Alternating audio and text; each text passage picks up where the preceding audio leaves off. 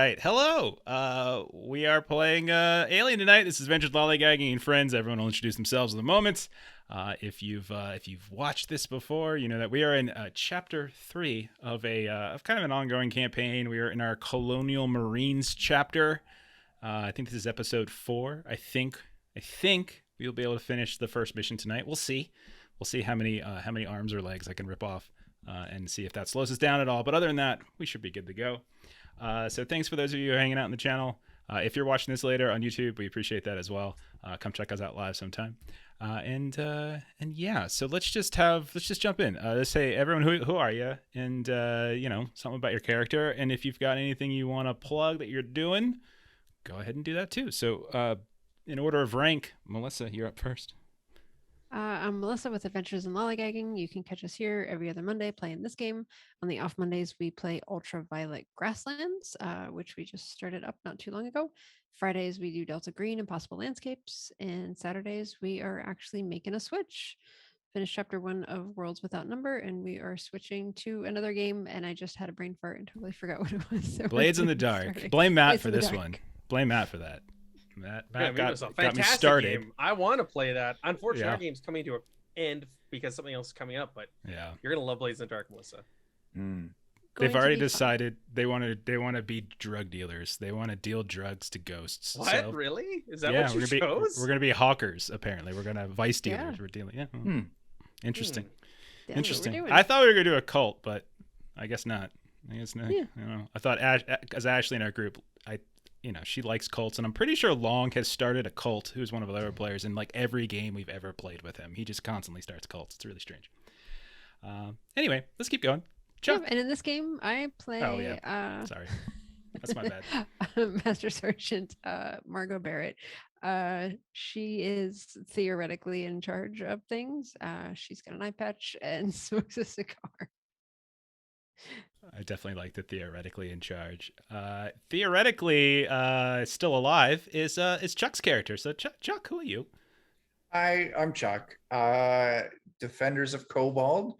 We do things on the internet, like play Pathfinder. It's great. You should check it out. And yeah, I am theoretically still alive. Staff Sergeant Eric Koenig, dedicated marksman, and I have 1 health and I can't gain more. And if we make it through this shift, I will die. So yeah. But if we don't make it through the shift, I'll still die. Also will die. My character is going to die. You've got like 5 hours. Oh, Karian, thank you for the bits. We heard it right off the bat. That's 300 bits, so clearly that's a complication. So I'm just going to spawn a xenomorph right now during introductions. Synth xenomorph. Okay. I think you've had Abbott try twice, and we need to hit like what? Disease virulence 6? Yeah, wow. I think so. This goes back to the opening fight on the orbital platform where you and Hutch got jumped by some androids up in space. Yep. Got punched in the gut. Got punched in the gut. What was it? What was he call it? Temple of Doom to you? Is that what it was? Yeah. I like that phrase. Yeah. All right, moving along, Jen. Hey everybody, I'm Jen with the Grim Imperialist crew. I have a streaming channel called Pixel Prowler where we do video games. And tomorrow night, I believe we're switching over to Tribes of Midgard that just came out. It's up to 10 players. It's gonna be fun.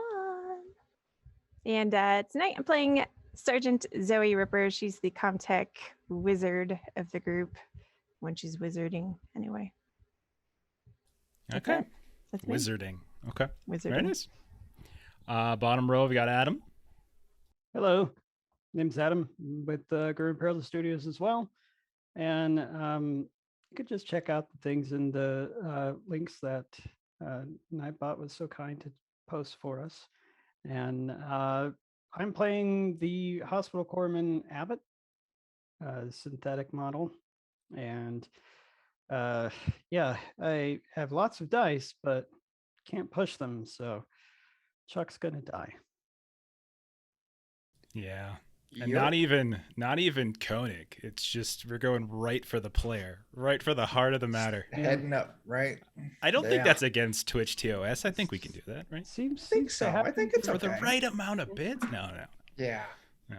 Okay. I just have bad luck with best friends. I don't know. Bezos needs that extra spaceship, so they'll allow it. Yeah.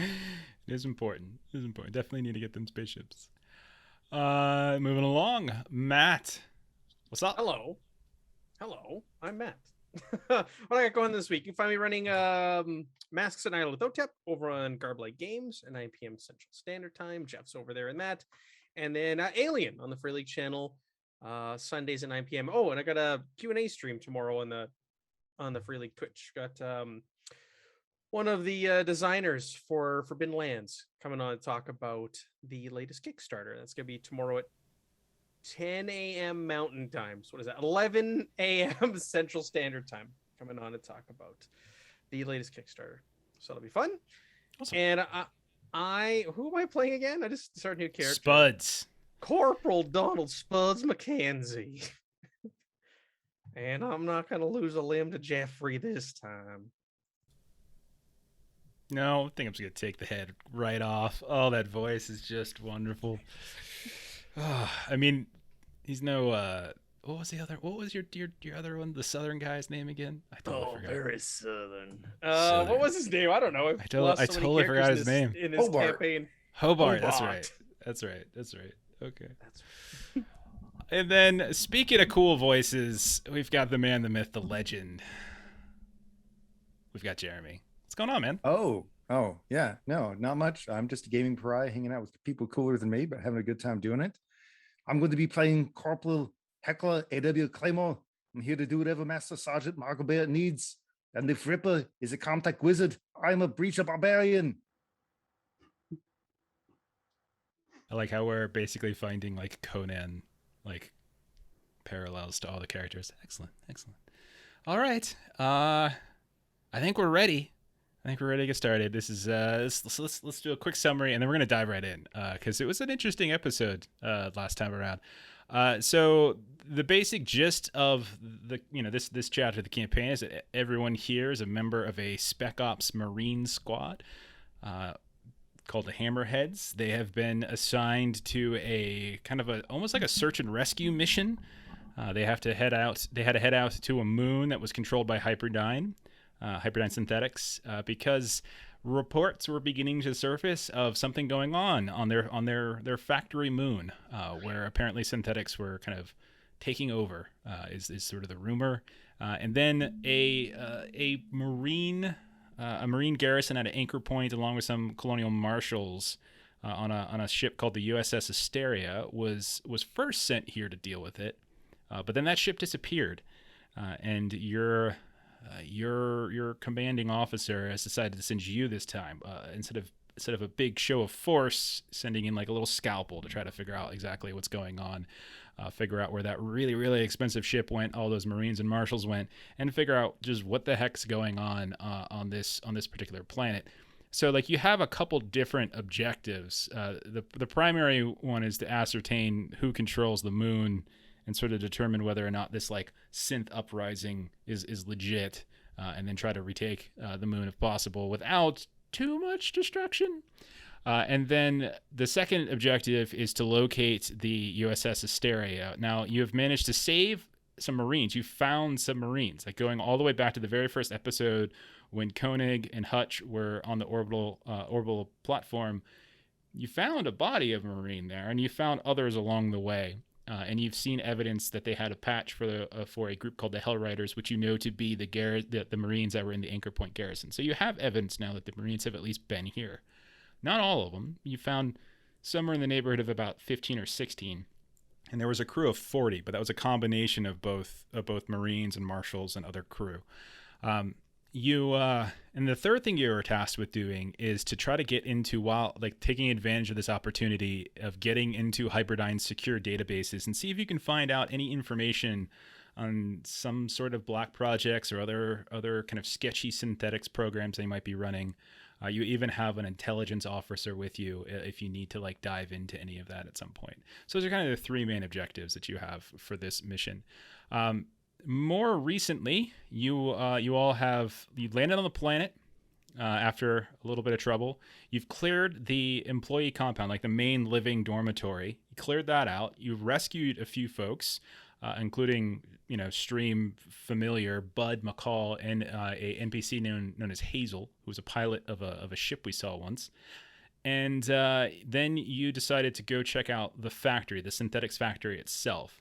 Along the way, you found some debris suggesting that, again, more evidence that the Marines were here. You found a strange, disposal site up in the ridge on a mountain where it looks like the synthetics were destroying some of their own hardware. Like they were actually burning it for some reason. You're not really sure what, because you got into an RPG contest with one of the synths. When you blew up the side of a factory to win that little battle, and you managed to rescue 2 Marines, and I believe their names were Dawson and Lopez. After a great deal of trepidation over what to do, you eventually gave them the keys to your ATV. They're hanging out in there outside of the factory, waiting to hear from you. You went inside. They did not immediately shoot us. They did not immediately shoot you, even though they could have. You went inside and you found that the delay, possibly, of coming in to help while you had breached the factory and allow the atmosphere of the planet, the toxic atmosphere of the planet, to come inside, might have resulted in the deaths of additional survivors. You killed a couple more synths, and then you proceeded to head down to the sub-level of the factory, is where we're going to start. So yeah, we're just going to get right to it then, and I'm going to go ahead and pull you all over to a map. So let's get that up. Don't go moving around too much just yet. Let me just set up some music and such so that we can set the mood a little bit. And then let me switch us over so that the stream can now see it as well. So you have, quite literally, we were picking up exactly where we ended last time. You are moving down the stairs of this synthetics factory. You've already encountered a handful of synths. You've noticed 2 models. There's a Paul and a Pauly model. You've noticed probably that the Paul model seems to be very, very capable of using weapons, and actually was actually making use of some of the Marines from the Asteria's weapons. And you've also noticed that the Paulys are kind of smaller and very agile, and they're very equipped with kind of melee combat. But you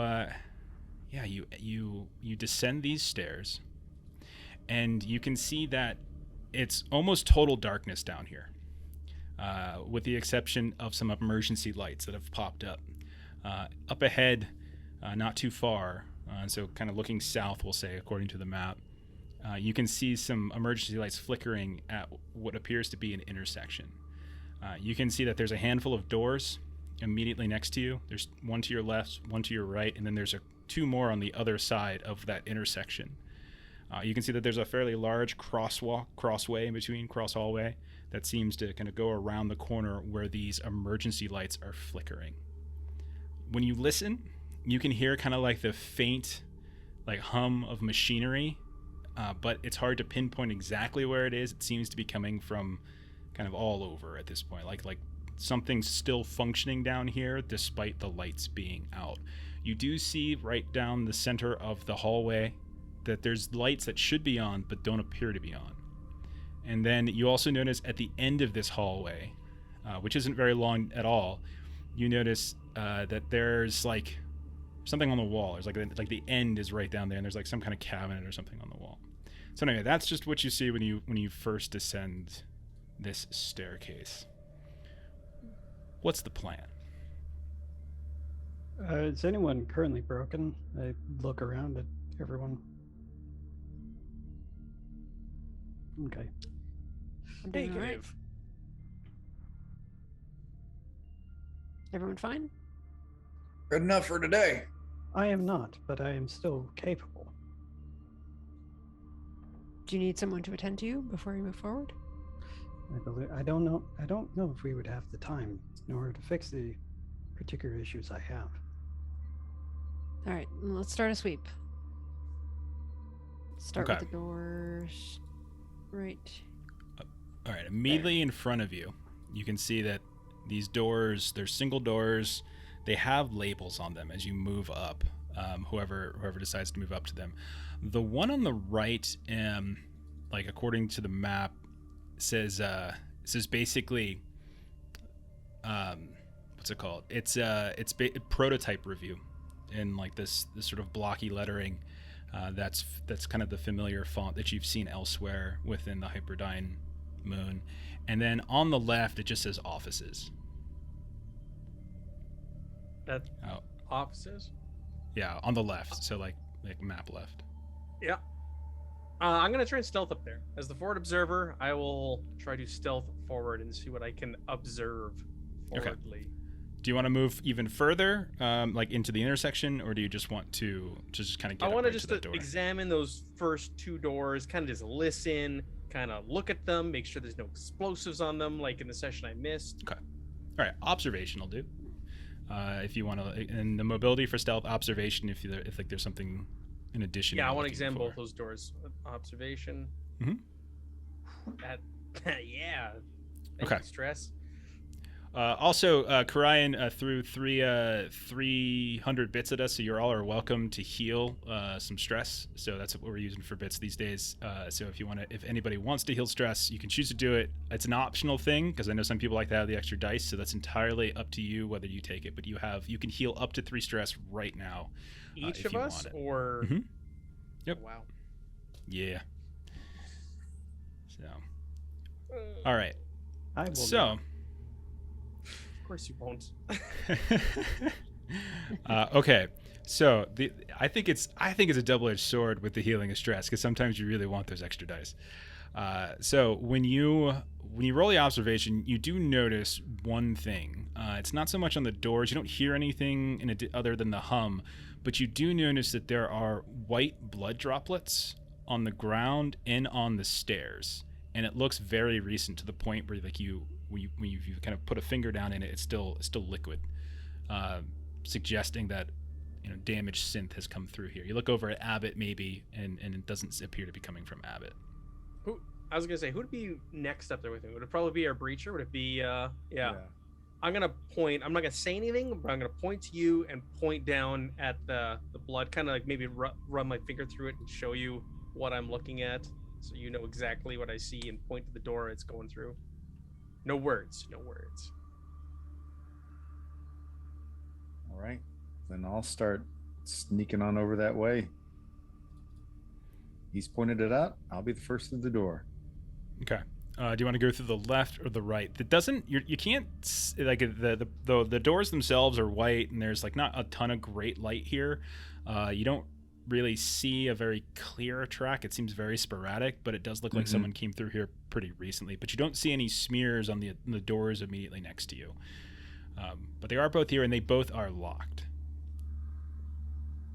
But I would also say Claymore, looking at them, I mean, these wouldn't be hard to just knock down. They don't look like they're security doors in any sense. They just look like office doors. Do you have any breaching charges? Do I have any breaching charges? Let me see. I don't know if that's something that comes with the standard equipment. No, I don't have any breaching charges. I've got a ton of other stuff, but that wasn't something that was listed in the like the gear that came out. I just went off what was in the book.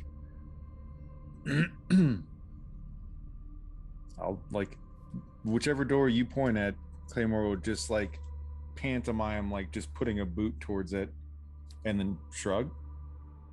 Are these doors hackable? You do see that there are key card scanners on either side of them. So you probably could. You're not sure how long it would take, but you probably could get into that. If you had a key card, you probably could just scan it. But you're pretty sure you can mess with it if you wanted. So those are both viable options. Just knocking it down with a heavy machinery, or you can try to hack into it with a contact. You gonna push that, Zoe? Fiddled a little bit, and I'm just gonna, bow my head and give the hand to go ahead. All right. Okay. It's time Tired to of give it the fiddling boot. with this. 100 bits for pizza. Which one are you going in? Office to the left, prototype review to the right. Claymore's tempted to go to the prototype review.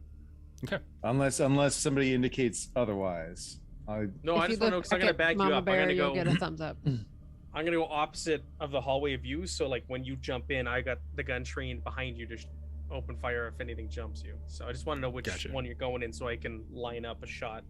Okay, I'll go to right. cover you. And Okay, you said roll a heavy machinery then, Claymore.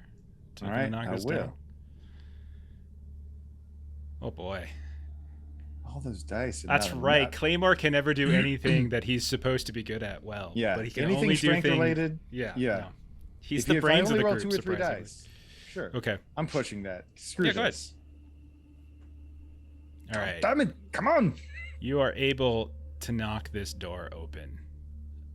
So that door to the right is now open. Now, when you look inside, it's there's no light whatsoever in that room. None at all. Like, it doesn't look like there is even an emergency light. You look up just underneath the door, and you can see what looks like the red bulb that you're getting some of the ambient light from out in the hallway, suggesting there should be something there, but it doesn't seem to be functional. So everything is utterly dark in here, and there's no sound coming from it whatsoever. When you peek inside, though, I'm assuming everyone has like flashlights and stuff or something on. So unless you tell me otherwise, that's what I'm assuming. But you can see as you flash the light around, there's like this large glossy table that's sitting in the middle of the room, and you can even see some reflection from the light that you flash around. And you notice on top of it, like piled up in an embarrassingly high heap, are several like synthetic pieces, like synthetic limbs, synthetic arms, hands, fingers, and other pieces of equipment. When you're looking at them, some of them, like as you're shining the light, some of them like they're reflecting back as like metal. Others aren't. Looks like the skin casings are on some and not on others. Some tools that are scattered about as well. You see there's a handful of plastic bins, and in the far corner, there's some piece of machinery in there, but you can't get a good look at it. Okay. Just from the doorway. Well, Claymore's not the smartest of the batch, but he did learn a new trick last week, and that's the shock from his baton can transfer between these little synthetics, and Yeah. if they're all in a pile, just in case there's one in there playing dead. zzz. Okay. So go ahead and you can move yourself in there. Okay. All right. So inside, and anyone can move in there too. Don't be afraid to move your stuff. Oh, it stayed. You're in there. Can't really- Okay. Okay. Oh, now it's So- lighting up. Okay.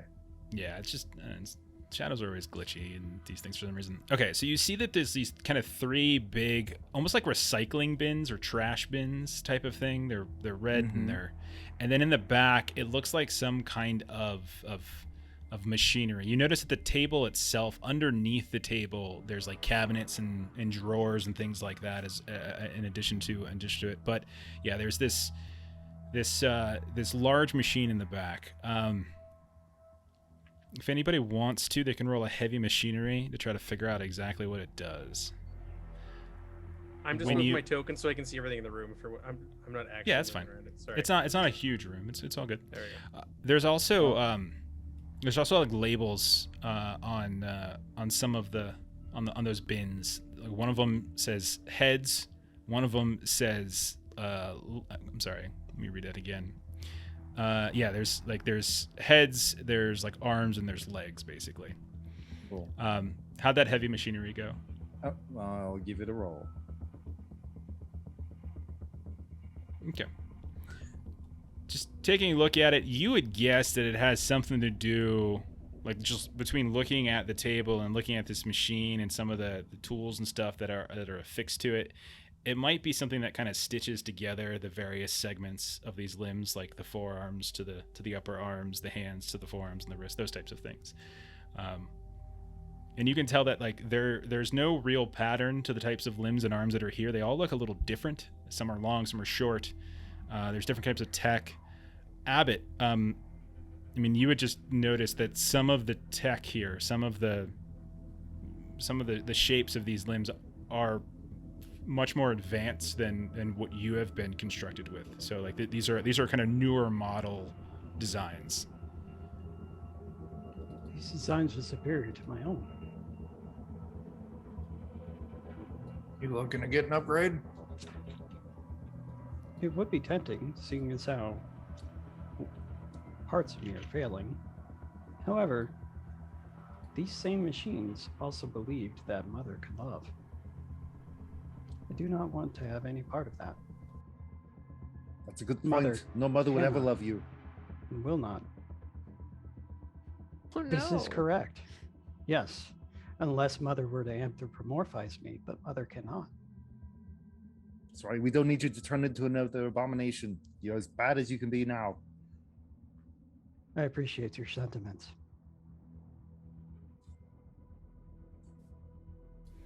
Yes, we will Okay. definitely grab an arm.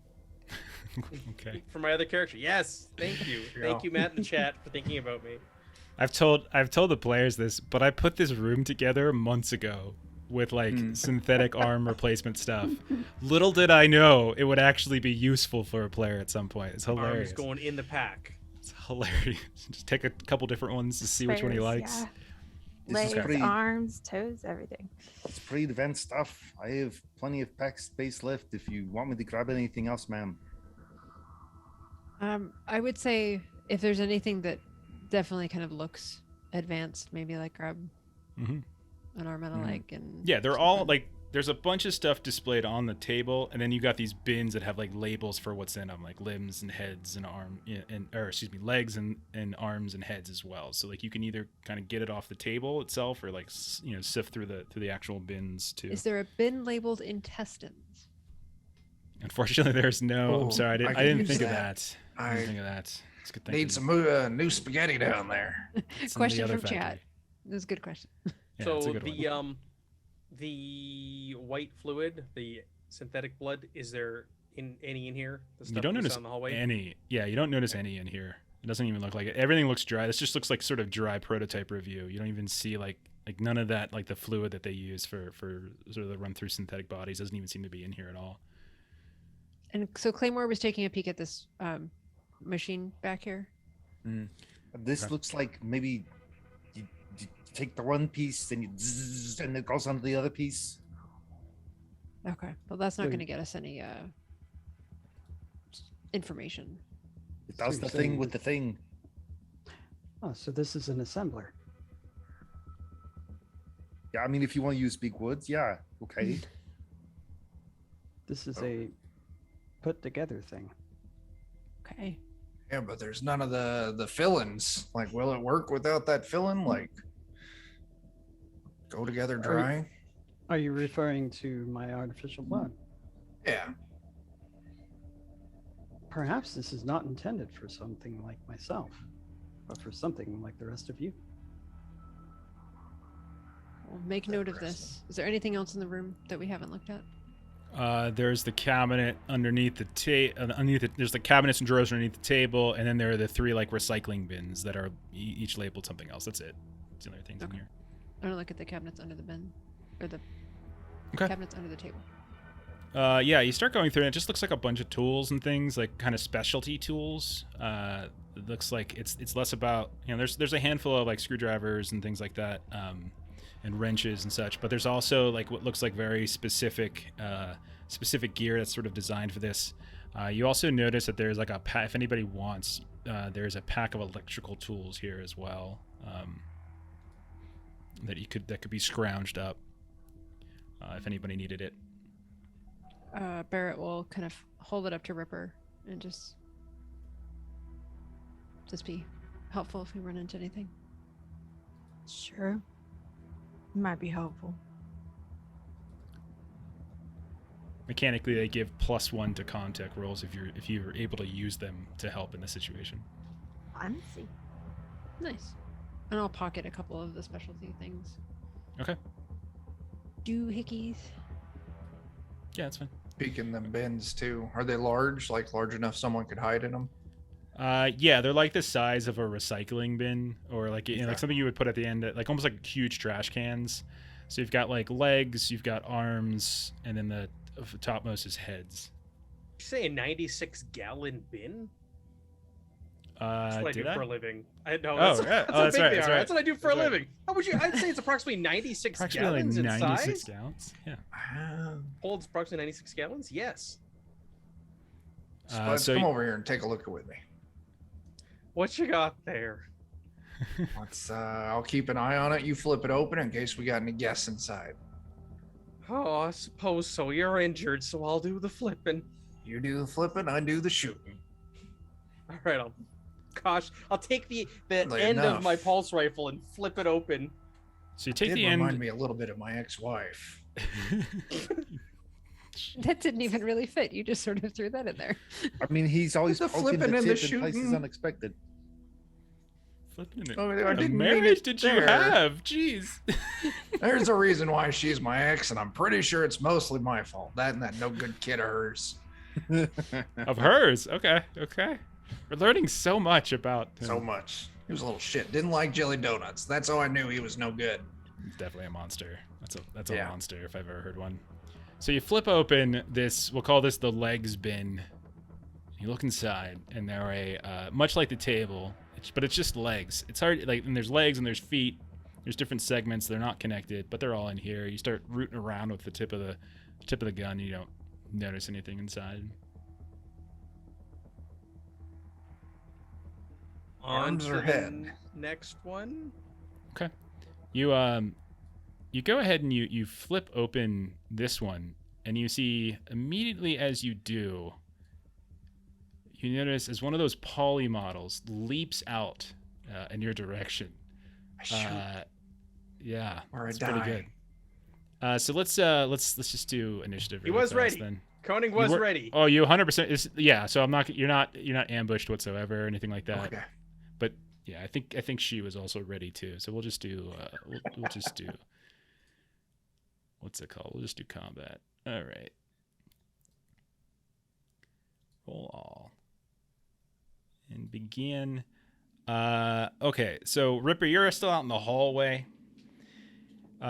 So nothing has really transpired yet.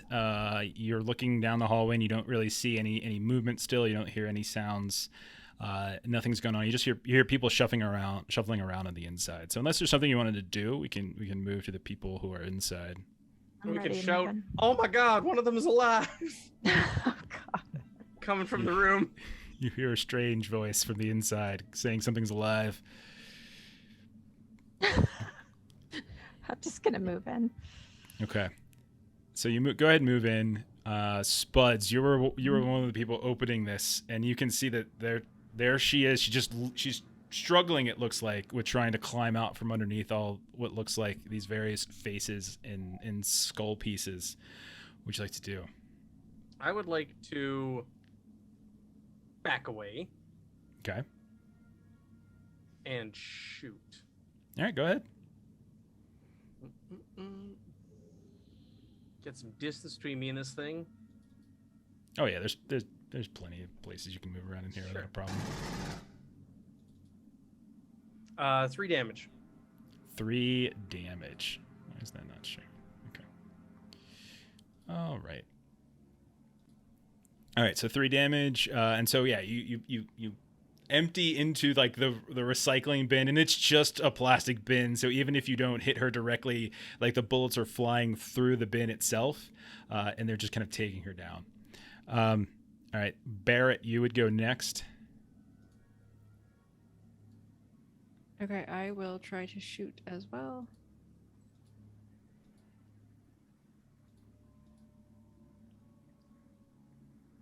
Where it is again? From. Take aim, Sarge. And you do this. Oh yeah. Is that 2 extra There it dice goes. for that? Take aim. Well, you didn't take aim. You shot first. I heard the gunfire. Sorry. That's true. See, I got to deal with this all the time. She Trying cheats to at board cheat at games, and now role-playing she's trying to games. cheat at role-playing games. You can push if you like, though. There you go. Thank you, Chuck. Yep. The legend grows. Sure. All right, go ahead and push. All right. 2 will go through. We'll hit. It's 5 total damage now. I think, yeah, 5 damage. Plus, you need to roll stress. And you can see that just a room that was not filled with any of that synthetic fluid is quickly becoming filled as you are just unloading in this relatively small prototype review room, and there's bullets that are just flying now, but you're all being smart about keeping your lines kind of clean.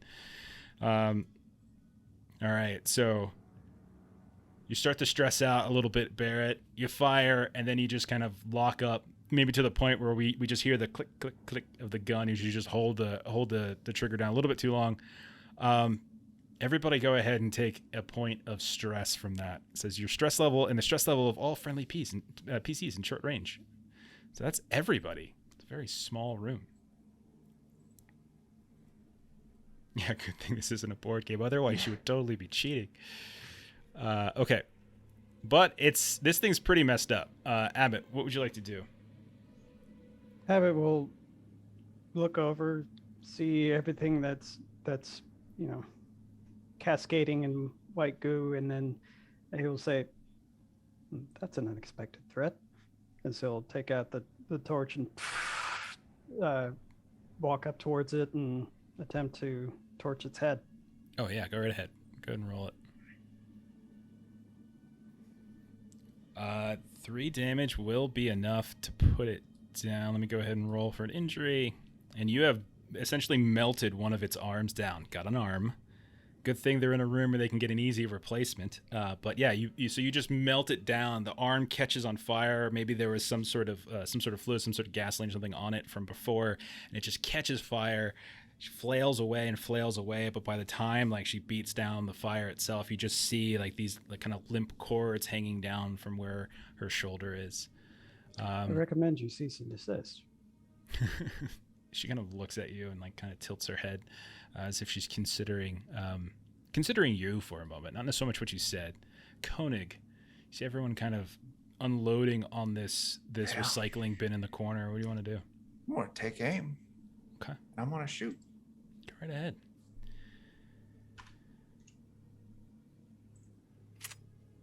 Oh. Yeah, that's good.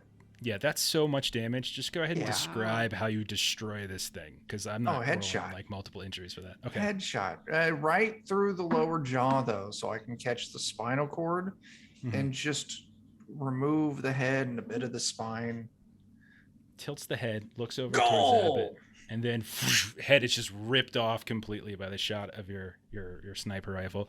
The body kind of shimmies a little bit and shakes, and then eventually just sort of flops down over the rim, and the entire bin falls over from the weight, and there's just these faces and bone structure and facial structure and all sorts of things just cascading all throughout the room at this point. All right. Nice. You look around, you will say you look in the other bin too, same kind of careful motion as you've already done, and you don't see any in there.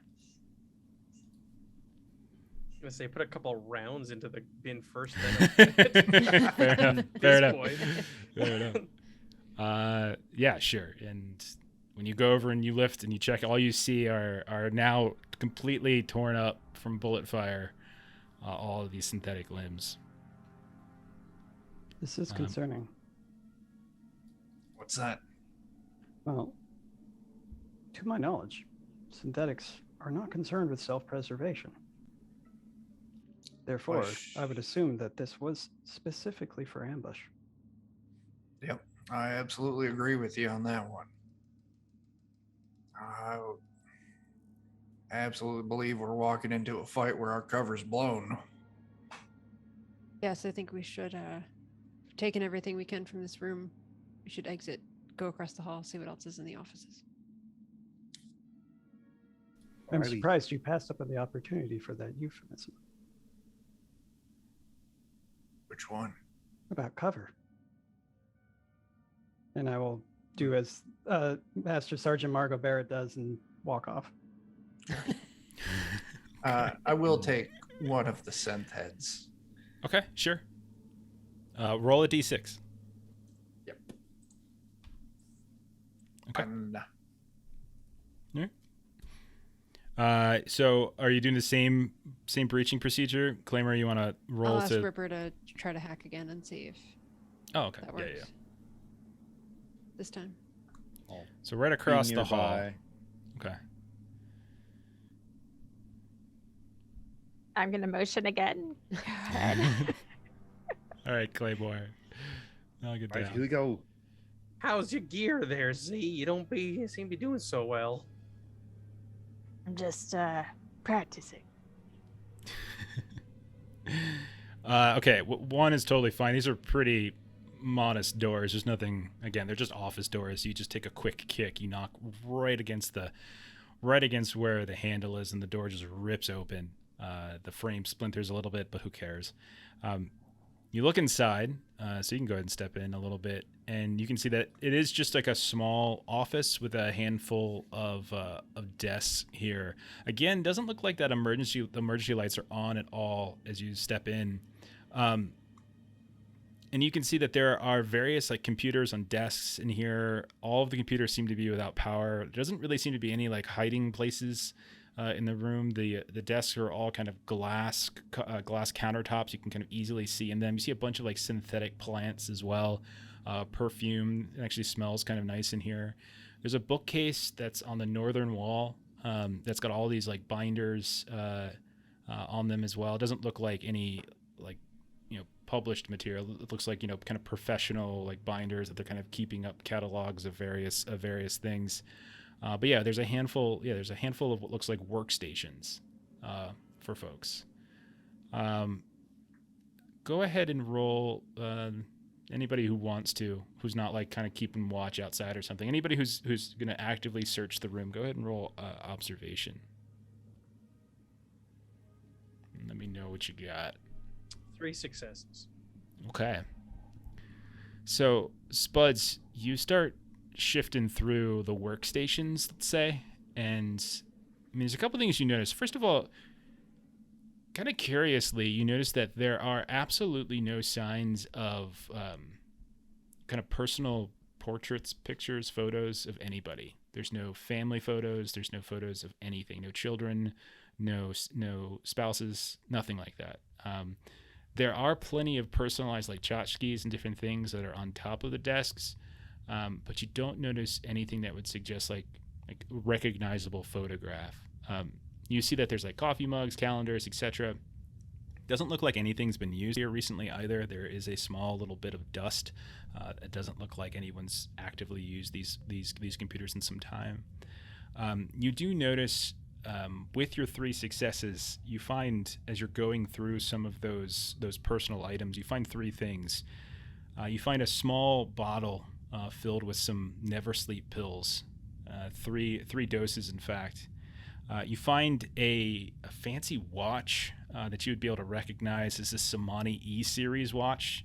You know that it tracks time, oxygen, and pressure levels. It's kind of a really nice thing to have. A lot of people have them. It's not like super fancy, but it's like $50-$100, something like that. And it's in the items and things if you want to look it up. And then finally, you locate a key card. It's kind of hidden underneath what looks like a stack of small pieces of paper that just kind of have basic like invoice reports or inventory reports and things like that from the room across the hall. But it looks like a key card. It has like the Hyperdyne logo on it and everything. Okay. I'll toss the key card to Master Sergeant Barrett. And I'll take the watch and put it on. This thing's mine now. Okay. So basically that gives you a +1 to survival, actually. So really? The watch? I believe it does. Oh, it does. I'm looking at it. Yes. That's awesome. Woo. Yeah, so there you go. I don't know if it's added in or not, but yeah, it's +1. Okay. So yeah, and so when you try to, so if there's other people in the room kind of looking around, Yep, also 3 successes. Okay. So you would notice then, like we'll say then you're looking at the bookshelf yeah, to the the north, binders. we'll say. Yeah. Yep.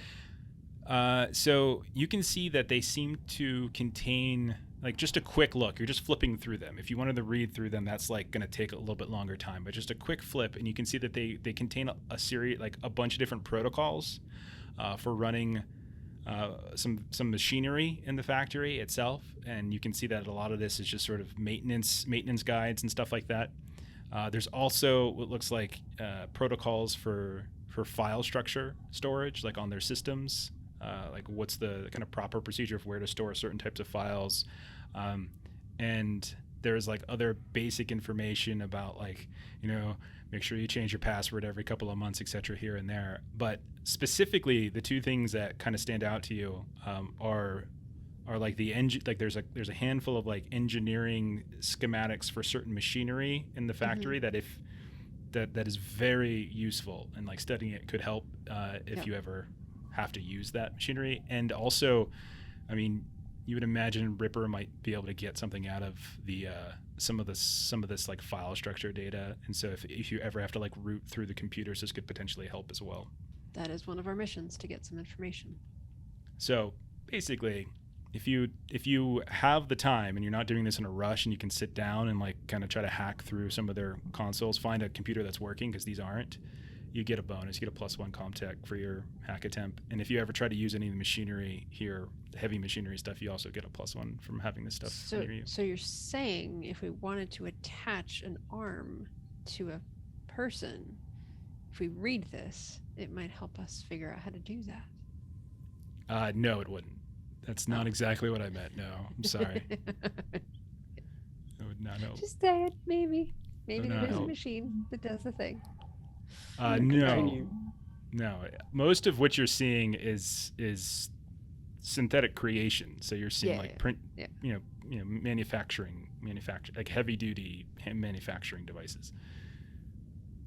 So I'm going to pass the sections of that off to Ripper.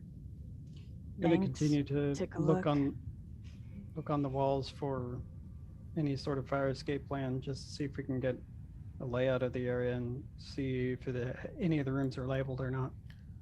You'll probably find that in one of the reference binders. You'll notice that the sub-level of the factory has 2 wings. Basically, they refer to them as, strangely enough, as nurseries. There's Nursery 1, which is on the west wing of the subfloor, the sublevel, and then there's Nursery 2, which is on the east wing. You also see that there's, what, like, you can see that using the rooms that you've been in, the office, the prototype room, and the staircase. You also notice that there are other rooms just south of you down this hall. One of them appears to be a conference room. One of them appears to be some kind of employee lounge. And then it also details like how to leave. Like there's exits that go into the maintenance tunnels that connect the various structures of the moon. And there also is some sort of experimental med lab over by Nursery 2 to the east. There are several ethical problems with this. They refer to these 2 wings as nurseries, and this is, in fact, a facility for manufacturing. That discussion on anthropomorphizing that we had earlier, seems that they are trying to do that here. So much so that perhaps they were programming the others to talk about Mother as if Mother had emotion. Perhaps they might have even programmed this particular Mother here to emulate emotion. I do not believe that it actually has it, at least not yet. We have our work cut out for us. Let's check one of those out. Okay. Yes. Eastern Wing has what would serve best as a medical facility. Onward.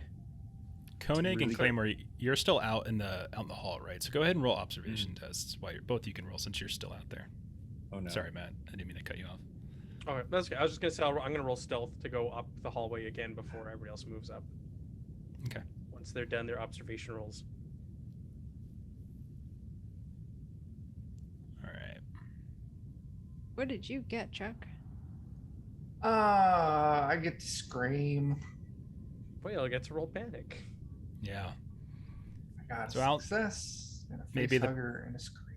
Maybe the pain of the stomach is starting to get to you a bit. You're just kind of screaming out in pain from that. As he is screaming, I'm going to walk up to him and administer a dose of nap relief. Okay. So you can And- clear your stress. While he's screaming, you see your master surgeon go duck under a table. Because I rolled Maybe- take cover. Maybe you just like linger in the office a little bit longer than everybody else as everyone moves out. Okay, so in terms of what you heard, you notice the two of you. I think it was Koenig who actually got this success. You can see that at the end of the hall to the south, like there's some sparking, kind of coming out of the wall. Like you're seeing like little sparks and flicks of electricity. Okay. After I finish my screaming, looks like we got something funky happening up there. I'm seeing sparks. I wonder if someone's cutting through the wall. Caught me off guard and, scared a little toot out of me, but I think a whole lot more came out. Maybe, a couple feet of, stomach noodles. I don't know. I'm going to need a reel to pull that back in. Anyway, shit's going down up there. Eyes on it. Matt, why don't you move your token up a little bit so you can I can kind of walk you through what's next.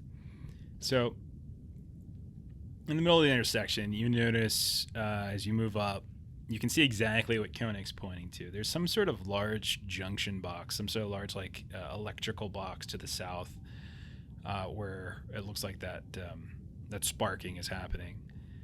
You look off to the west, so the left on the map, and you can see that there's a heavy set of double doors, and the same thing to the right. Both of them appear to be almost like blast doors, and they both have labels on them that seem to be consistent with what Abbott just found. So the western door says to Nursery 1, the eastern door is to Nursery 2, to Med Lab, etc. You notice that the doors to the south, one of them, the one on the left, looks like it's going to some kind of conference room. The one on the right looks to be going into the lounge itself. What do you all want to do? Does the sparking look like something is trying to cut through the wall? What does it look like? Or does it look Looks like a there's junction electrical- box. Yeah, it looks like there's a short or something in the junction box. Like something's going on. Like something's flickering. Something, maybe someone So if we sabotaged it. If we fix the junction box, the computers might work. Maybe, you're not sure. Yeah, I'd like to move up to the box and see if I can sure. I would like figure it to out. cover Zoe. Okay. Spuds, roll observation. Ripper, go ahead and roll Comtech as you investigate the box. You can just move your piece down to the box on the south side of the map. Two successes. While they're Okay. doing that, I check in with Master Sergeant Margot Barrett. Look under the table. Are you in need of some nap relief as well, Master Sergeant?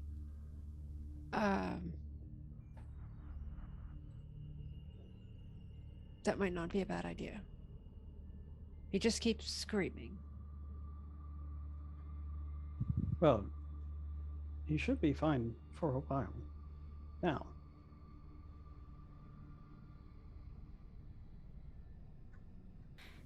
All right.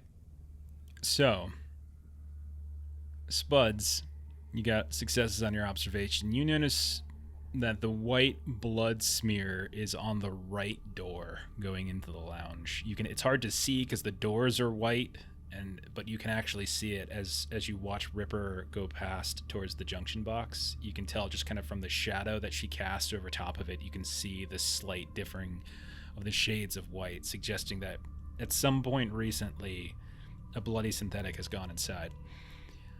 Ripper, as you look at the junction box, you notice that there have been several switches and breakers that have been ripped out and smashed together and left in a heap on the floor. With your successful test, you can tell that it looks like they're going towards the blast doors, and that the ones that go to the nursery on either side of that hallway. So whatever kind of automatic systems that allow for opening of those doors isn't necessarily working.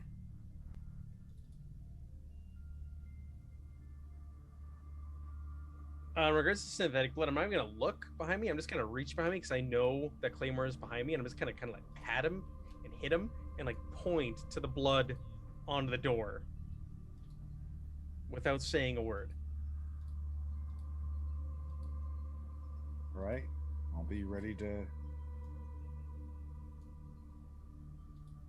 I'll bust in, I suppose. Okay. Yeah, I'm gonna basically just convey to the rest of the group what I found and how the parts are ripped out and everything. Okay. I'm just gonna rearrange a few tokens here. So Ripper is like there-ish. Spuds, you just found this, and then Claymore, you said you wanted to. So it's this door over here Okay. to the right. Is the one Alrighty. that has the. Okay. Go ahead and roll your heavy machinery if you want to bust them, or you have a key card now. So you would think that the key card that you Yes. found in the office could potentially open the door as well. I don't know if Claymore would want to do that or not. He might just want to knock it down Fine. for funsies. Okay, we're supposed to damage as little as possible. All right, I'll use the key card. Guns ready. Okay, Alright. so you use the key card, you open it up, and you can see there's a whole mess load of destruction in here. You can see that there's furniture, there's some nice looking seating, but there's also a mess load of like broken tables and glass. And you can see that tracked across the floor, there's like the white droplets are moving to kind of the southeast corner of the room. You can see that there's kind of a hand smudge behind one of the seats. As you walk inside, you can hear the sound of static from a TV, and you can see that the entire room is illuminated with that kind of blue-gray TV shine. It doesn't have any kind of emergency lights on in here. And you also notice some kind of like vending machine in the northeast corner of the room. It's the same kind of rectangular size as the previous two rooms you've been in, but you can see that the smudges seem to be coming from like to the southeast, so kind of down a bit. And you can see the smudges on the side. You get a feeling that someone's hiding behind that chair. Have not acted kinda when the look door back. opened. Yeah. I'll point over to where I'm seeing it, and I'll get the shield in front of me and start slowly approaching, making room for others to kind of come in as well. You have Okay. a shield? Yeah, I've got That's a riot amazing. shield that comes with the breacher. Yeah, it's crazy. He can have like so much armor at once. It's absurd. It is pretty ridiculous. All right. Into the room. Gun trained. Oh yeah.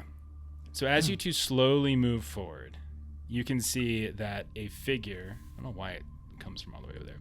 A figure like pops up, one of the male Paul models, and you can see that they have a gun and they're about to fire at you just from the kind of this bottom right corner down here.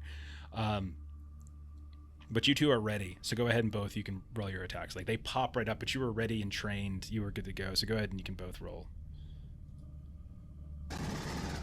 All right. Oh my gosh. Nice. All right. So what's the total damage? 3 damage. All right. 3 for me as well. Okay, that's enough for 2 basically. And yeah, the two of you just mow this person down. It's like Paulie gets up, has a gun trained, like a regular old handgun, is pointing at you, getting ready to fire. And before they get a chance to even pull the trigger, you unload into them. The two of you, those of you out in the hall, you can hear the echo of the gunfire just raining down inside. And once the dust settles, you can see that you have destroyed a very comfortable looking chair in this lounge, and also you can see you've ripped apart another one of these Paul model synthetics that falls to the ground, their gun kind of falling as well and clattering about the floor. They twitch a bit and eventually they settle and shut down. Good call, Spuds. You're awesome at this. That's what I'm here for. Can I see your shield? Okay. For a second. Oh, thank you, sir. Is there anything on the shield? Do you like track anything on it? Do you like make marks? so or- like graffiti written Mhm. across it. Oh yeah, I mean there is. I would assume there's like a crude drawing of the hammerhead on it, and then just like red chum all around the edges. Nice. And then yes, on the inside there are notches. A lot of notches. Love it. All right, I'm sitting there counting all of them. How many are there, Claymore? I don't know. A lot. I would assume like you have some where like you can tell there's a difference. Like there's one side where it's clearly probably for humans and another one for androids. You can see he's put more time embellishing the ones where he's killed synthetics. For humans, it's just a simple like little slash, but for the ones where he's Nice. killed a synthetic, it's like kind of like a little smiley face. I like it. I like it. Is All the right. room clear to come in and do So some yeah, searching around? as Koenig and Barrett come in, you can see a few things. There is a coffee machine. So there's power to this room. You see, there's a coffee machine in the sort of the upper right, coffee, tea, hot water, that kind of stuff. And you also notice that there's just a whole mess load of like corporate motivational posters on the wall, instructions for shift change, that kind of stuff. And you can see the TV is sitting on top of some kind of TV case. There's a cabinet. The doors look to have been like ripped off and are kind of fallen down. You can see there's a whole mess load of tapes that are underneath in that cabinet as well. If we got juice in here, if we wanted to get fancy, we could try and drag one of them computers over.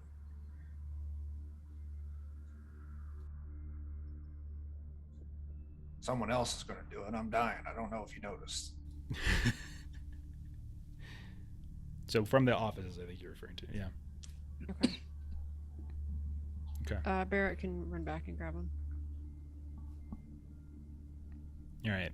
So you run back, you take a moment, you kind of collect some things, and yeah, you start booting up. No problem. Totally works. Everything's fine. You get to kind of basic password login. And so I would say at this point, if you wanted to like hack into this more, you can have to do a ComTech, and it's going to take some time. So this is going to be like at least a turn, which is like 10 minutes. There's the conference room across the hall. There's the junction boxes. There's 2 blast doors that go to the nursery as well. So someone can be working on trying to hack into this, and others could be doing other things if we want. This might take a while. Grab that key card and go across the hall. All right. Let's do this, Claymore. Let's get some more notches for your shield. All right then. All right. So you open up across the hall, and you can see it is in fact a conference room. The schematics that Abbott found are accurate. When you kind of peek inside, there's not a whole lot of destruction here. You do see another busted light, but other than that, there's a fairly like kind of elegant looking frosted glass table. There's several comfortable cushioned chairs. On the northern wall, there's like a really small table that looks like it could fit a monitor, or it could fit like a serving tray for snacks. And on the southern wall, in like this printed dot matrix paper hung from one corner to the other, you can see it says, "Happy Birthday, Sandra." And yeah, it's basically this table takes up most of the room. And then you can't really see the floor through it because it's kind of frosted glass. That's the only thing Does in the here. cake look fresh? No, there's no food. It looks like it could fit it, but you don't see anything actually there. You just see the happy birthday banner that's like hung from one corner of the room to the other on the south side. Damn sense didn't save us any cake. It's like that goddamn kid of my ex-wife's. It is awfully I need the inconsiderate cake. of them. I agree with you. Your wife You had a know- synth kid. Who the hell wants a synth kid? That sounds like a bunch of bullshit. A kid wasn't sent. Am I good to go ahead and roll a ComTech? Yeah, and you could take a +1 from having the files in front of you as well. Okay. The binders in the other room. Spuds, Oh you're my gosh, the I a roll. like- forward observer. You Lord. Yeah. Oh my goodness. You probably have good eyes.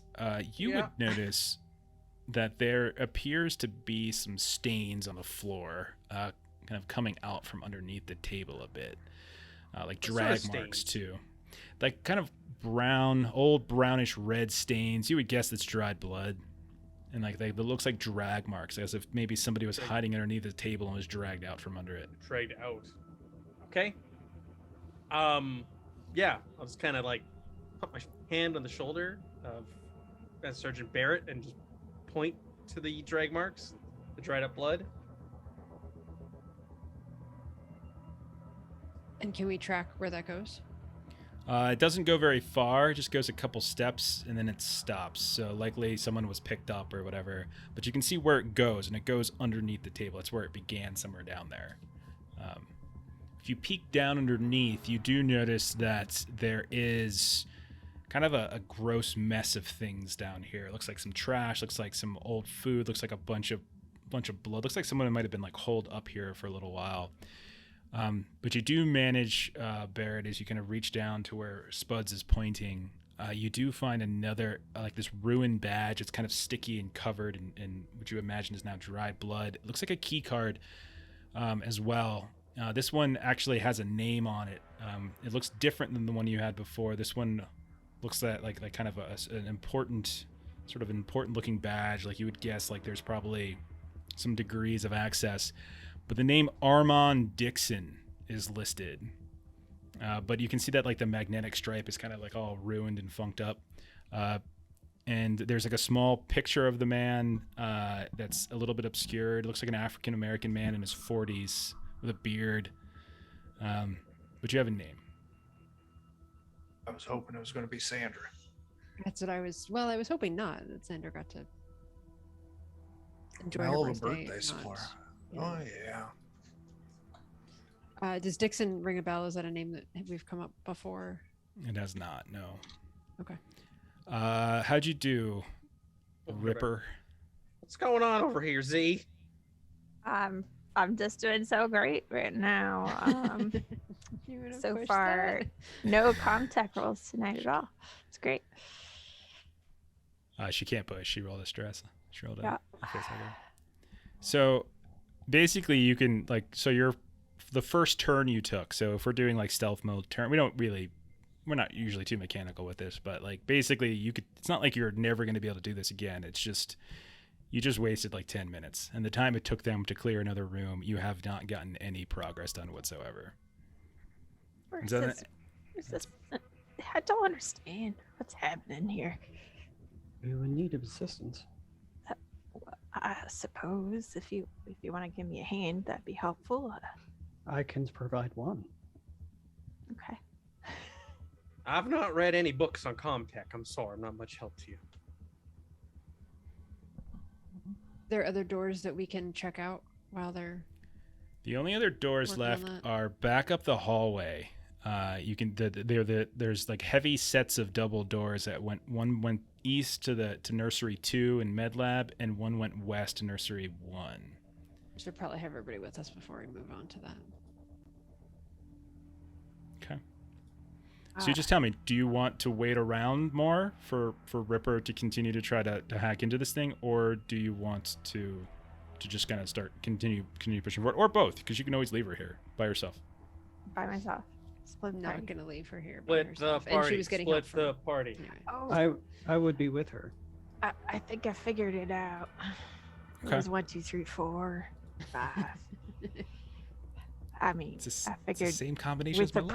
protocols, they would have thought something better than that. But So okay, yeah. So if you wait around for another turn as everyone's just kind of like taking a position in the intersection there, and you gain access. So you can see that you have sort of normal access, not root access to the whole system, but you have access to basically like engineering files, engineering schematics, some personnel documents, that kind of thing. What is it you would be looking for? With 2 successes, basically there's 2 things you would get. So it's just like, what would you want to try to find? Barry, you want me to look for something specific?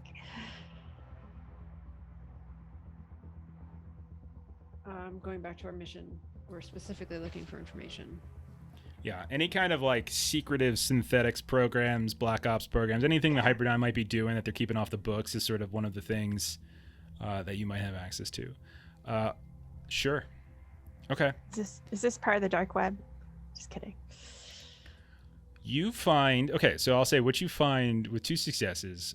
You find what looks like you find like kind of the principal project that Hyperdyne is after here. Okay, and it's specifically called Nascent, N-A-S-C-E-N-T. The project lead on the case is on the project is someone by the name of Dr. Alan Sprague.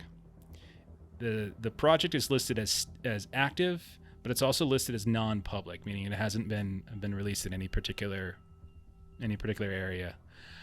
So, without like getting into the details, the basic summary is that on the factory moon, there's Hyperdyne has been experimenting with like kind of an alteration to their standard synthetic creation process.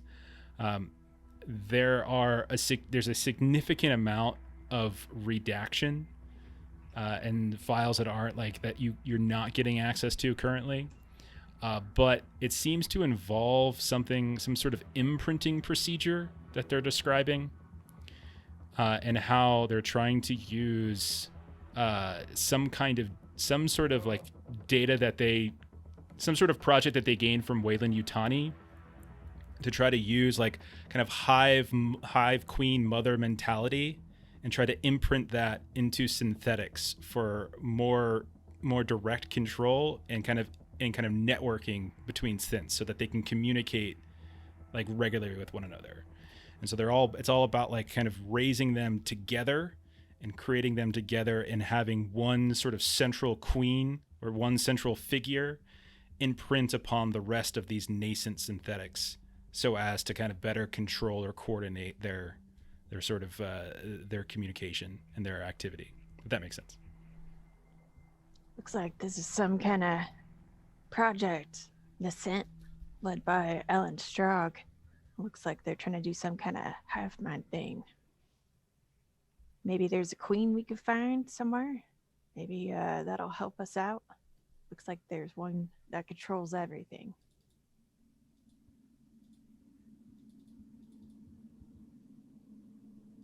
Abbott, it appears that your hypothesis was correct. Partially, yes. However, they weren't trying to anthropomorphize them as human beings, but rather insects. Then I have some really messed up dreams tonight. This is weird. Have we gathered everything we can from the computers and continue our sweep? For now, this is more of a case of like if you know, the more time you spend, the more you can potentially hack out of this. Like if you were to sit and spend a shift, you would probably be able to like rip everything out of it. But that's like literally 10 hours worth. So it's just a question of how much you want to do now and how much you want to save for later. Yeah. Okay. Do we have the mobile memory stick equipment to kind of save this? Yeah, sure. That's fine. Okay. Always good to have some proof. Right. All right, Nursery 1 or Nursery 2? That's where we're headed next.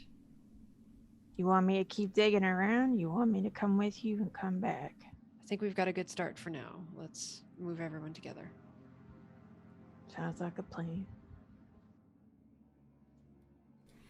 You want to give that door a shot there? With the badge first? All right. So are we going to the one on the right then? West or east, basically. What's the order there, Sarge? Let's do east. Never Right eat then. saga wieners. Let's go east. God damn it. The hell? I suppose that's one way to do it. Northeast, southwest. How do you all remember? I don't understand. Who the hell's been serving you soggy wieners that you have to give yourself a reminder not to eat them? Well, No. some people do prefer Vienna sausages. Oh, Shut that's up! disgusting. Ah, You know, that Start no with good it. step kid of mine liked Vienna sausages. I fucking hated that kid. Try the All right. card as my face contorts in disgust at this You conversation. try the card, but it doesn't work. But you also notice that there doesn't seem to be any power going towards the door or to the keypad.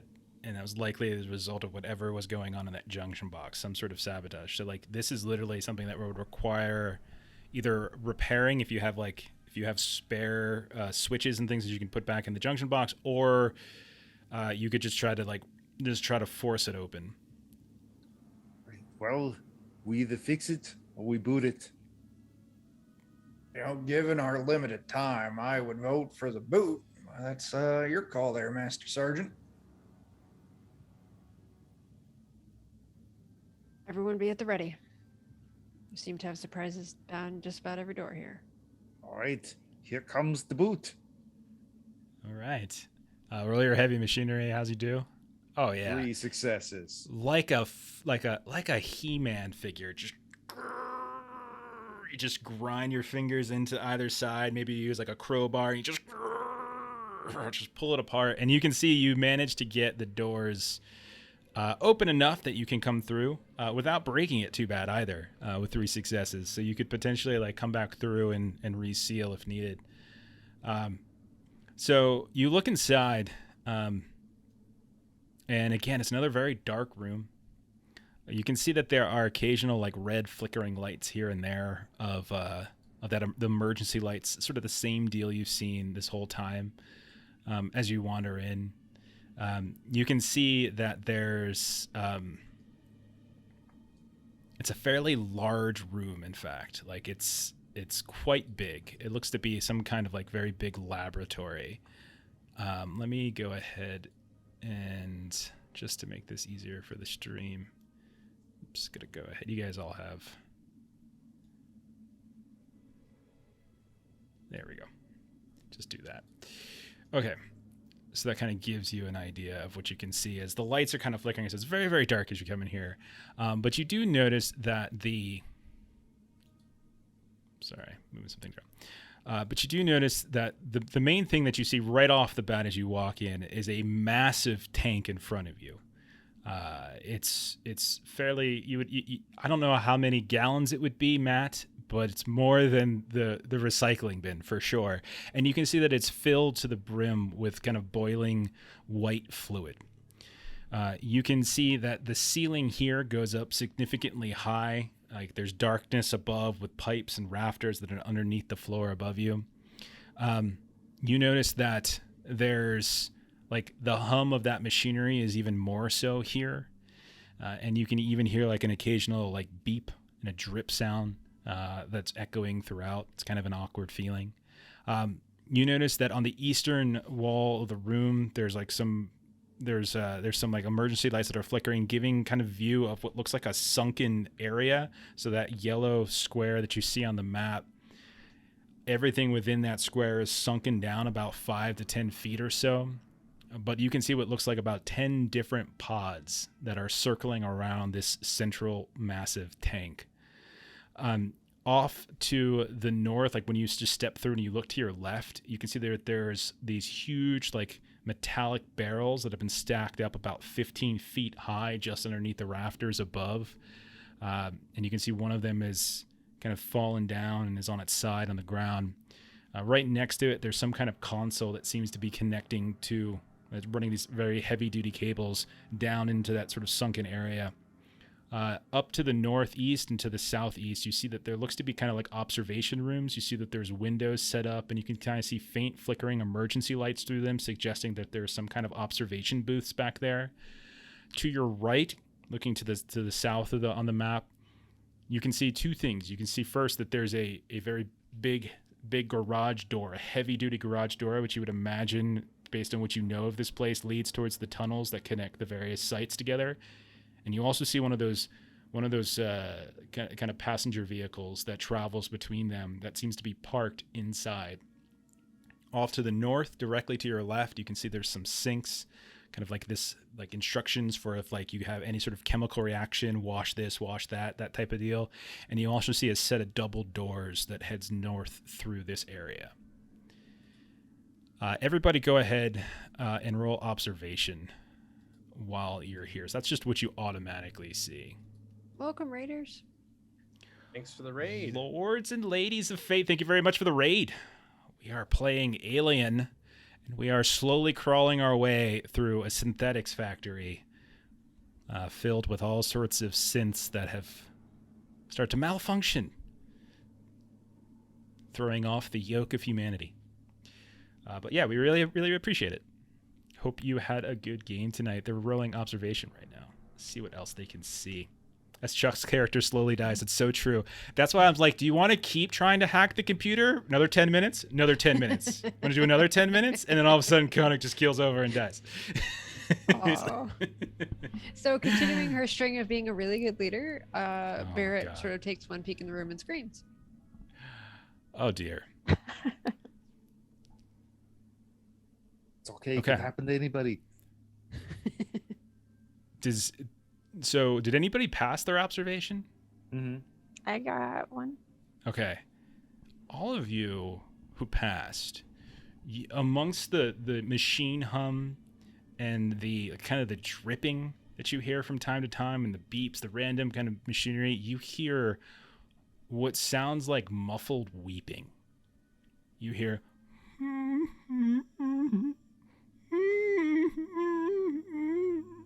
like this like almost pained, like kind of muffled yelping in a way. It just sounds like someone's wailing, but they're struggling to do it. Like almost like they're muffled. Like they have like a gag on or something.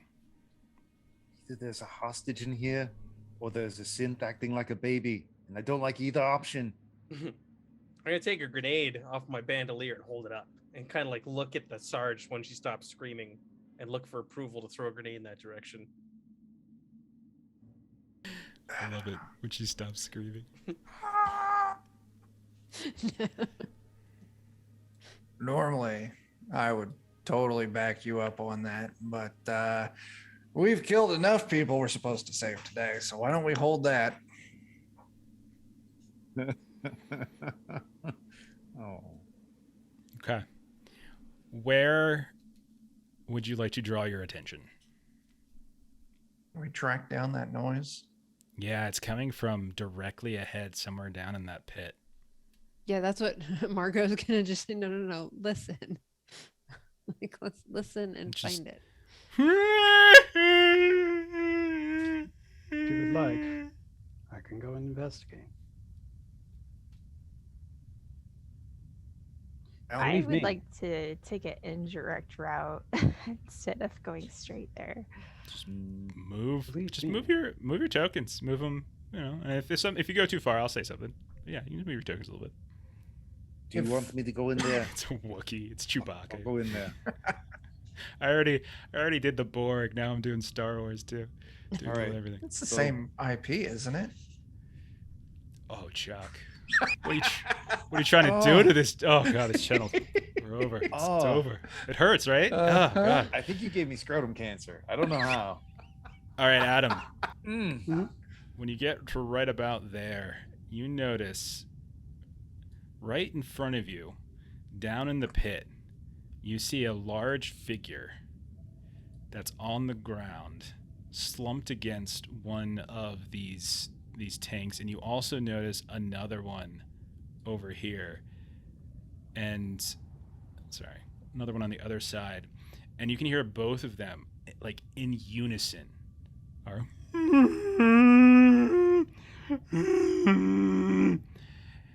when you look down at them, their heads turn up towards you as you're like walking past. You can hear the footsteps, etc. As like this is like metal paneling and stuff on the floors. The heads just turn up towards you, but when they are looking at you, there are no eyes. There's no nose. There's no mouth. There's no ears. It is almost like a plain mannequin face that's kind of coated in some kind of white fluid of some kind. And as if the sound of like your footsteps alert it, all of a sudden the wailing stops and you hear and it stands up and begins moving in your direction, and almost in unison the one on the other side as well. It's time for initiative.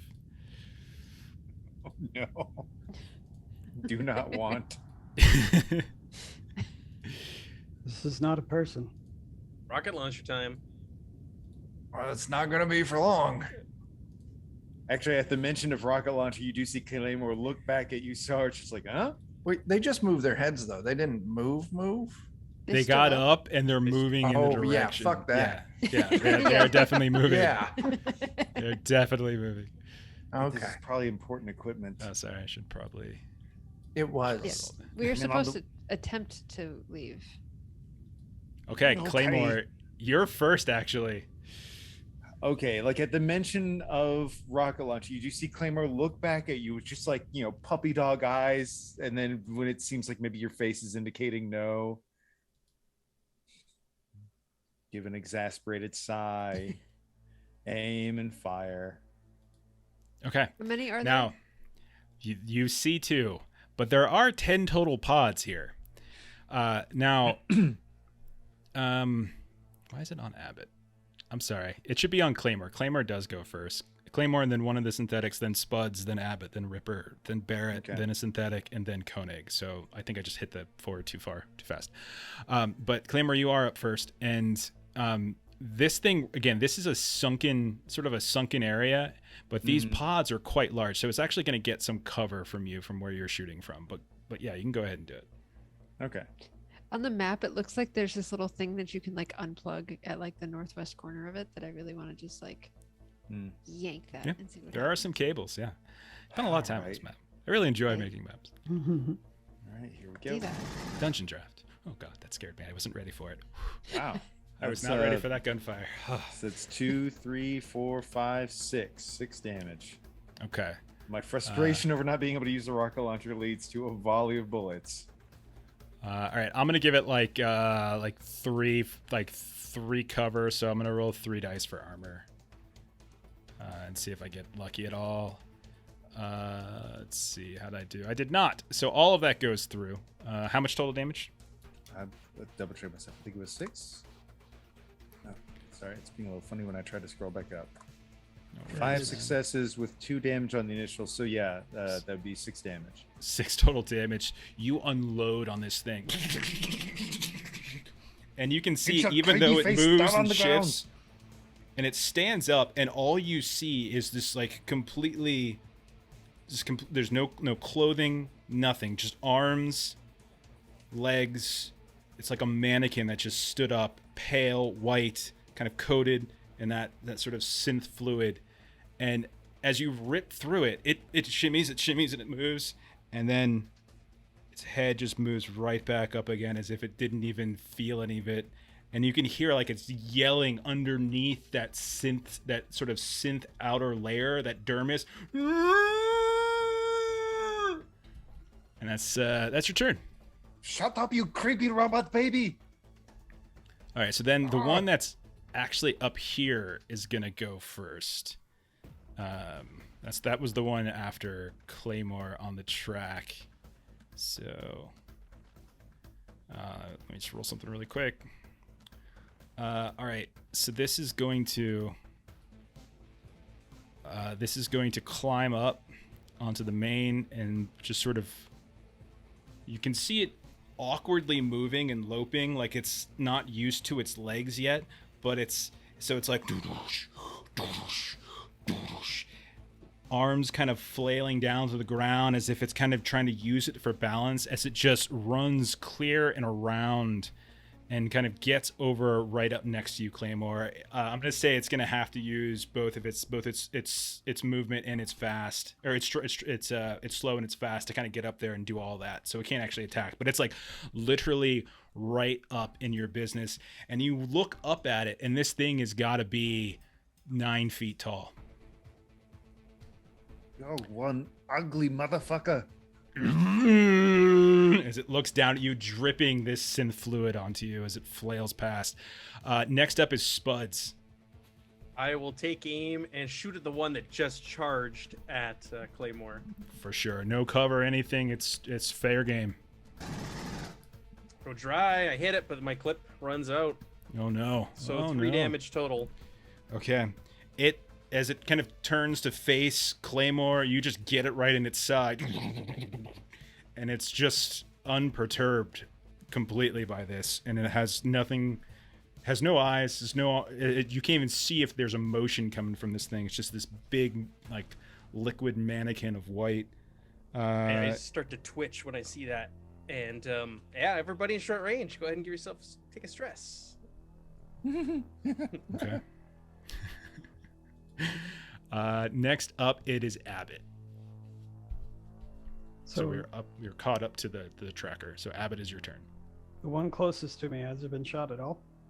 Oh no, Claymore! Claymore, you unloaded into it, right? Yeah. Yeah, Claymore unloaded into it. Yeah, for sure. Which just seemed to And, anger it more. Yeah, so like it physically doesn't look like it's been hurt, or it does have holes and stuff in it. Oh, there are holes in it, but it doesn't seem like it like, despite the volley, like, which was super intense, nothing seems to have been broken on it whatsoever. Okay. All right. So it was damaged, but it wasn't broken. Got it. Correct. Right. Yeah. So Abbott will fire up that torch again and move in towards it, and then he will try and start dismantling it Go right ahead. piece by piece. Yeah, you could take a +1 on this, because you're up above it. Like, it's about 7-8 feet down, and you have easy fire range on it. So go ahead and just take a +1 just from that height advantage there. Okay. Marshall's head, fix it, and then find a body for it. It's a good idea, Karan. So I do 5 damage to it. Nice. Okay. So as the torch kind of catches him, almost like his head is basically up where your feet are, almost a little bit higher, maybe around your knee, and so you don't have to go very far just to cut it right through its head. You can see it kind of lope and dodge and move around, but yeah, you have in fact broken it. And as you slice the torch down from kind of its head down into its chest, you see these pale liquid organs just start flopping down onto the ground. Like these huge sacks just fall down, and it just kind of starts to become immobilized. All right. Anything else? No, I had to move in order to do that. Okay. Ripper, you're up next. I'm having a little bit of a issue trying to figure out what's going on with the map. Can I move on top of this area here? Or No, is that that's a separate room. That's a separate room. So basically the Okay. gray squares are like a little walkway. That in there is like an office, and there's like you can see into it because it's a window, like it's like an observation window, but you can't get through it. No. Okay, sounds good. I'm gonna stay where I'm at then, and take aim and shoot the one that's that charged us. Okay. It has been a fun night. Oh my gosh. your Oh my rolls. lord, I need to Oh just my stop. goodness, Jen. Wow. I'm keeping it together, but I'm gonna like hide in Zoe the corners is. somewhere. Like Oh goodness. I'm helping. You should just go in the little thingy and just drive over everybody. I'll be back, guys. Barrett, it is your turn. All right. Right next to you. Yeah. Yeah, I'm gonna have to shoot at it, but I want to issue a command to try to take out the kind of power, like follow the cords. I think that Let's see sounds if like we can- approval to use a rocket launcher. Fantastic. Yeah, quite possibly. If we have more than 2, rocket launcher use approved. Oh my gosh. I don't know how you did it, but you shot Koenig. He's dead. No, go ahead, roll your stress. He's like, Like you needed the help. Yeah, that sucks. I don't know what happened. It just aimed strange. The bullets just again- go all ways. Showing superb leadership. She's like, if there's more than 2, use the rocket launcher, and she nopes out of the room. Well, there's other places you can go and hide. Like, so you can. It's just a safe space. So if you wanted to like go hide Can I go behind run this, into you could the you could little literally run ATV back. thing? You could do that too. Yeah, yeah. It's basically you would run away from this thing. Is what you're doing. We all have to roll panic because we watched our commanding officer run away. So does That sounds map relief also get rid of panicked condition? I think isn't panicked. Don't you have to do like a command roll to talk a person down? No, I mean the panic condition because like she only has +1, but there is a panicked condition. Oh, I see. Right. Why? Like Did it get rid of the condition from before? Yeah. When I take the nap relief. that's I could what- not find that. I was looking for it. Oh, okay. I mean, literally speaking, it just as it removes stress. It doesn't say it removes the panic condition. Panic condition usually goes away from a command roll or just like 10 minutes or something like that, isn't it? I think it's just like if you're 10 minutes of like nothing crazy happening, you're I okay. started panicked and I haven't stopped being panicked. Like I started the game panicked.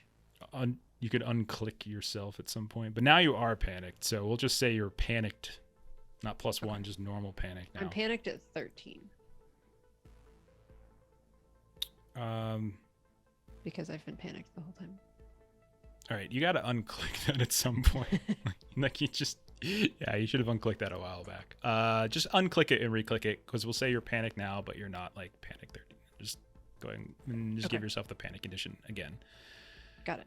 All right. So that's you're done there, and then it's going to be this synthetic right here. Matt, immobilize. Does that just mean I can't move? Or can it still reach up and like wail at Abbott at all? Do you know? That's a good question. No, it hasn't really. Not. I've really had it. Sure. No, that's a good question. The only time we've seen it is when we've used those electro grenades, and that basically Stuns you, kind of. stuns you. Like you can't do anything. You're on the ground convulsing, sort of thing. So Yeah, I this don't know. is- It's a good question. This is severe. Because I know that like the other, because severe chassis breach is like one of the worst. It's like the second worst injury you can get as a synth. I know that fast actions become slow actions for head dislocation. I don't want to. I don't know. However you want to play it. Here's what I'll say. Like, I'll kind of split the difference. I'm gonna let it lash out, but I think what it's gonna try to do instead of, and we'll say the attack is less about damaging you, Abbott, and more about like grappling you or something, so that you won't take like a, so it won't be too threatening. So yeah, that's what we'll do. It's just gonna try to grab you. That's it. It's not gonna try to like, beat you to death or anything like that. So roll. Let's just do. It's gonna roll. I think it's what, strength for it. Oh no, close combat. So just roll close combat, contested. Jesus. You manage to fend it off as it's trying to like, it's twitching. Its head is clearly not functioning. Its organs have begun spilling out. It's trying to reach out and grab you, maybe pull you down onto the same level as it, but it is incapable of doing so. Koenig, you're up. Yeah, so the one that's up here with us, I'm going to take aim and Yeah, I'm man. going to shoot. Please do.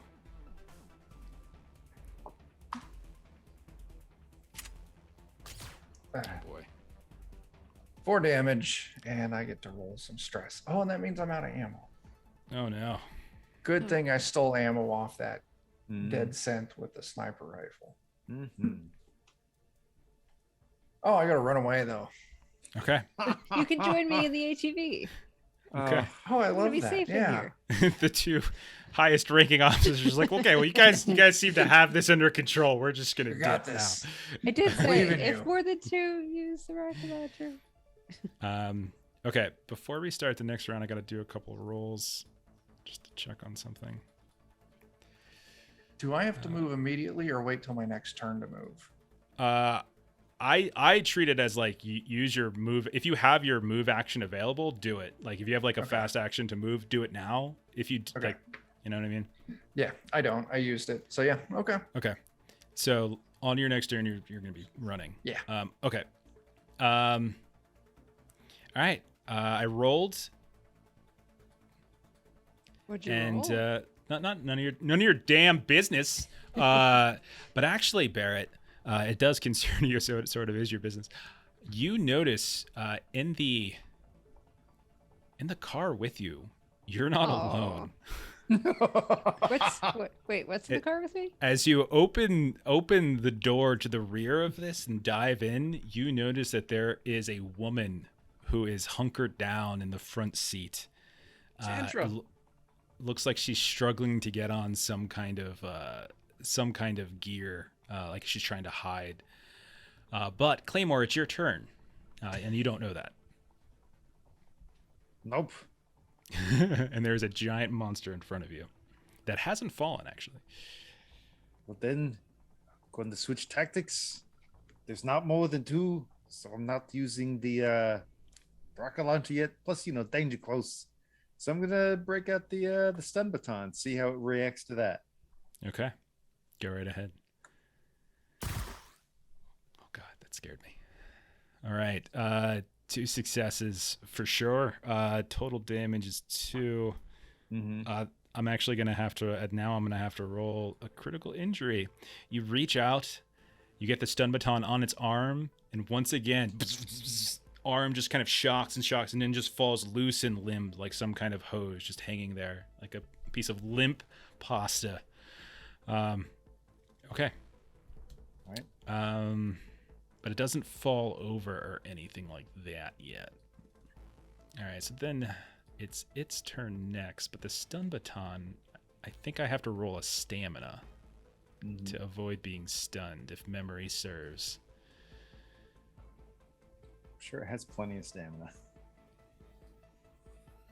It passes. Okay. All right. It will forego its fast action so that I can activate its hard hitter talent. And then it's going to try to, its one good arm, it's just going to lift up and just try to bring it down on top of Claymore's head. So let's see. That. So this should be +2. Oops. Okay. So this is close combat.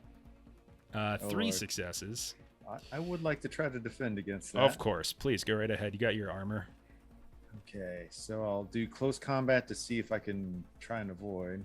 Yeah, because you didn't use your fast action, so you kept it. Okay. So that's 2.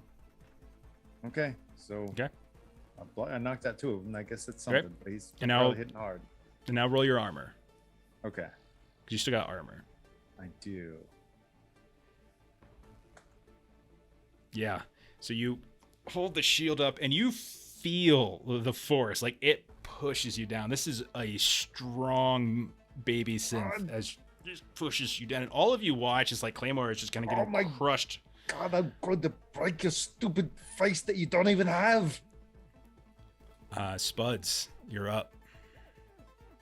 I will use my slow action to reload my gun, Yep. and I'm going to save my fast action in case I'm attacked, and I can attempt to dodge. So I'll Sounds just good. stand there, reload my gun, and stand there. Abbott, you're up. This thing just tried to reach out and grab you. You see it's malfunctioning. It's broken, but it's not out of the fight yet. It seems like it's having trouble moving. Its legs are kind of getting its balance. It's using the side of this pod to keep its balance up, and it's trying to reach out and grab you with the other. You would probably guess if you like step away from it, it probably couldn't even get to you. But it's pretty close to going down. Abbott looks over and sees that his buddy's in trouble. And so he's going to start running full steam. He's going to try and knock this thing off of Claymore. Okay. Yeah, that's probably one zone there. And yeah, I think you're good. So yeah, go ahead. So fast action moving, basically a zone from the walkway to sort of the center area, and then your slow action. Go ahead and roll it. Okay, so he's basically just trying to like use his own mass to get this thing that's larger than him off of him. So what would we use for that? I think just close combat. Okay. Yeah. Nice. Okay. And so This thing doesn't have any armor, and so you're gonna kind of lower your shoulder into it. It's already consumed both its fast and its slow action for the round to try to get a bigger hit on Claymore, and you just kind of knock it as it stumbles a bit, a couple feet. But you also do damage to it, so that's enough to make it. you go up, you bump into it, it stumbles around. Its chest gets caught on the edge of Claymore's shield and just rips clear open, and those same organs just stumble out, and it just stands there, kind of glitching, trying to stand up but falling, trying to stand up but falling, over and over and over again. Okay. With you, that was kind of cool. Ripper. You've got two of these things that look like they've had their torsos ripped open, their insides have spewed out. They look like they're just like a gust of wind away from falling at this point. I'm so going to attempt to shoot one of them, the one that Abbott left. Okay, yeah, go for it. Yeah, There we go. There Yeah. it is. And with But I three, missed. well, I was gonna say it's still got cover though, right? So that negates it a little. well, no, technically I got to roll cover because coverage Okay. is sort of treated like armor. So if I get any 6s on this, which I didn't, it would it would soak some damage. So yeah, you just rip this thing apart. Like you just Something. with 3 damage, it's already got its organs spilling out. I feel like it's just the torso's there, and you just mow it down to the point where the head just kind of like gets all exploded and flies open like it's some piece of broken cauliflower. All right, and then Barrett, you're hiding in a car. There's a woman in here. Identify yourself. You're still panicked too, I think. Who are you? The more panicked version of that. She looks, and you see as she looks like she's about to say something, but then she looks and she sees your uniform, and then she just tries to jab you in the eye with something. Son of a bitch. Let's see. This is gonna be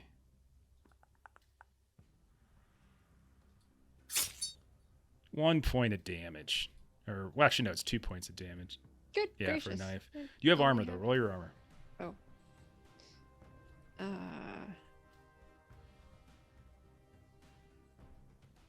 That did Okay, take nothing. take 2 points of damage. Oh man, as it I got one stabs health you. left. Do we What maybe would you hear like to her do, Scream though? out. We match. Oh yeah, you would hear her scream out. But go ahead and do your action because you actually technically have your action. So I was just being a smartass.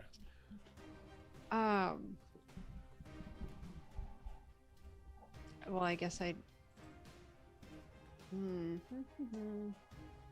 now that I only have 1 health, I'm getting the hell out of that ATV. It's not a safe spot. Yeah, you got to keep running, right?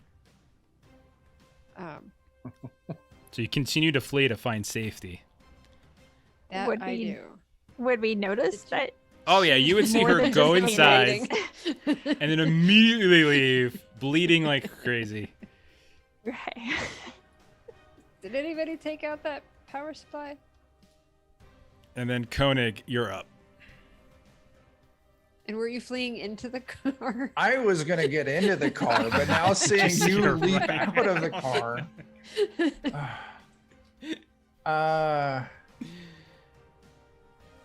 Yeah, I'm running away. I'm Okay. taking the cue and just getting out of there. All right, so you just keep running. Okay.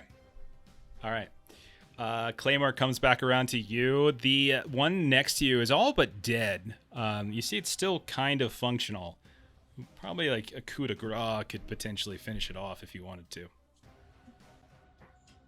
Can I see anything in the vehicle where Sarge Roll just came observation. out? Yeah, roll observation. Okay. Observation. There you are. Nope. Not tonight, do you not. don't. Just one of All those right. nights.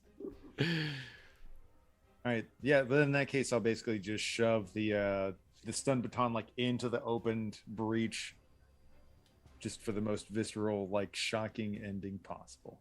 Okay. And I'm not gonna have you roll because it sounds like fun.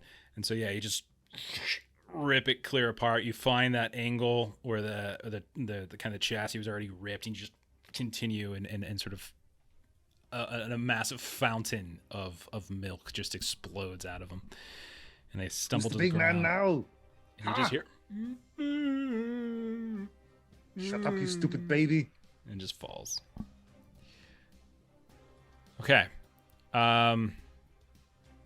Spuds and Ripper and Abbott. Go ahead. You can roll observation as well. Like for the same reason Claymore did, if you want Okay. to see if 2 you notice successes. anything. Yeah, you definitely saw movement in the car, and someone attacked Barrett. I'm gonna shout, "There's one of them in the car!" And I'm gonna go around the corner. Is my turn next? We still in combat? It would be your turn next. Yep. I'm gonna go around the corner, out of the path of the car. I'm gonna take that grenade. I'm gonna roll it underneath the car. Oh goodness. Ooh. There's Son one of of a them in the bitch. car. Look out! It did something to the Sarge.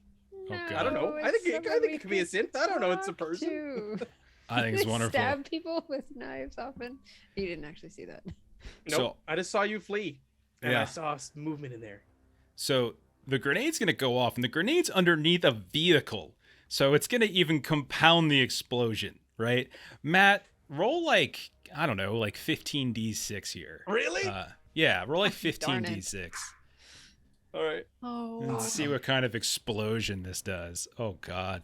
That's a I big only got number. 2 6s. You get two sixes, so it's not going to be a big enough explosion to blow the door out, but it's certainly it's a given that it was going to be enough for the car. It was just I just wanted to see if it was going to be enough to blow the door out. So this car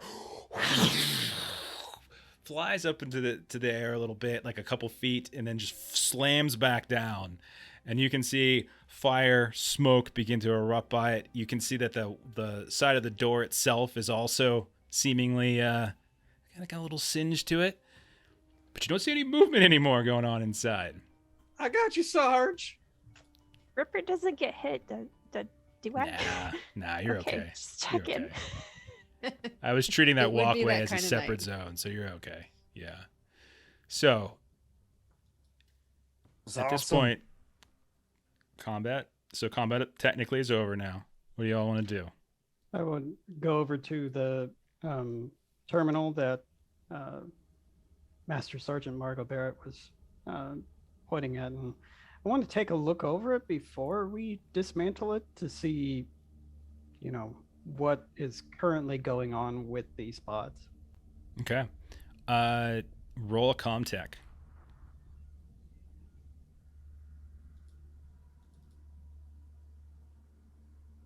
I got one success. Okay. So from what you can tell,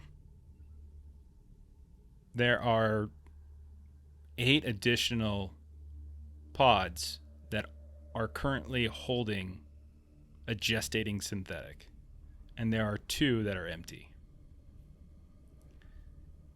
The console gives you it doesn't really give you any kind of life signs or anything with them. It's just a occupied, unoccupied. You don't really get anything more like this. This seems like a fairly simple, there's like a quick check just to see what's in. It doesn't have anything more robust than that. There are those 2 offices though through the windows that might have more. And then there's the door to the north. But that's all you can tell. But there are 8 more of these currently gestating in these pods. Abbott, when you're done with that, I could use some assistance. Yes, Master Sergeant Margot Barrett. I think this is more of a status terminal than control, so I do not believe that it would do what we are wanting it to do. If anything, it may speed up the process, if anything at all. So I hypothesize that we should probably get inside one of those offices first. Ripper, Claymore, Spuds, you go check one of the offices. I need Abbott here to stitch me up. There was a woman in there, Spuds. I got her, Human Sarge. woman. Yeah, Shit. thanks for that. She won't stab me again. Appreciate that. Could have been helpful though. Could have Should I told go us and that. check Stabs in- my Sarge. should I go and check and see if she is still capable of being resuscitated? Jeff, if I look towards the remains of the vehicle, does it appear that Smoking there is a and buzzed human up. that could be? I mean, you don't know. Maybe. Go Who ahead, knows? Abbott. See what you see. I'll be here for a second.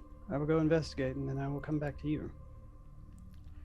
Abbott, you open the door of this smoking car, and you can see that kind of exploded in the front seat of the vehicle. It's just covered in white synthetic blood, and you see a malfunctioning synthetic whose chassis has been ripped open, dressed in what looks like Hyperdyne office, like Hyperdyne official gear. You're not human. David. Mother. Ah, yes. You have the logic of an insect. Mother. Let me do Over you a and over. kindness as I murder it. Okay. You canoe the head. Now, roll an observation, Abbott, excuse me.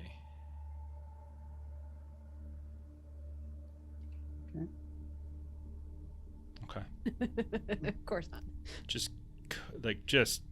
It's just a veritable like milk factory in the front, just everywhere and ripped up. It was hard to kind of discern anything, but yeah. While Abbott hasn't expressed any emotion, he seems to be a little bit quicker to put these things down than his normal self. Barrett's gonna yell over. I don't understand that. That wasn't a poly. No, it was not. However, last I checked, you all bleed red. I'm currently doing so. I could use your help with that. Yes, let me assist. What are the rest of you doing? Well, this is I'd all like to happening. move into the office. Which one? See if I could. There's one to the lower north. office. The lower office? Okay. Yeah, you go up to it, and with the key card, you're able to easily get inside. You can see that like there's a fairly large console with several different like access points. Seems to have a variety of monitors that are kind of looking, it's giving you far more robust data in terms of like power supply, what's coming and going, gestation rates of these synthetics that are in these pods, all those types of things that seems to be showing on some of these monitors themselves. What else? Yeah, you notice like there's like a coffee. It looks like there's some sort of not coffee table. There's like a really long bookcase with a variety of binders similarly, but it almost looks like the type of binding like corporate publications. Like something that's not necessarily for large scale release, but just like inter office publication, and you see them all kind of stacked up on these shelves and also in these drawers of these filing cabinets. Is there any kind of systems that might be like a mass kill switch, like an emergency shutdown? Roll a contact. Oh, thank God. There is indeed, and it actually, I swear to you, I'm not even lying, Jen, required 3 successes. You Oh, did thank in God. fact, yeah. You do in Yay. fact find, like to do it without potentially waking more up is what I mean. But with 3 successes, you're able to systematically shut down this small little nursery here, and all of the pods just begin. You can see the lights and stuff that are flickering on them outside just dim, and you've like deactivated them from further gestation or growth, and it doesn't seem like that has also awakened them from whatever kind of stasis that they are in the process. I'm gonna take like a huge sigh of relief and just kind of crumble to the floor, like finally. Finally. Rest of you, what do you want? Anyone doing anything else? Eric's I'm gonna just- call for Koenig and see where the hell he went. I'll make it back eventually. I went, had myself a little set, reloaded my rifle. It's clear out here still. Just wanted to double check. Everything's Sure. fine. We Barrett should will look give for a the description tentacles. of the woman that was in the ATV. That's not just Paul's and Polly's. Hybridyne staff might be since as well.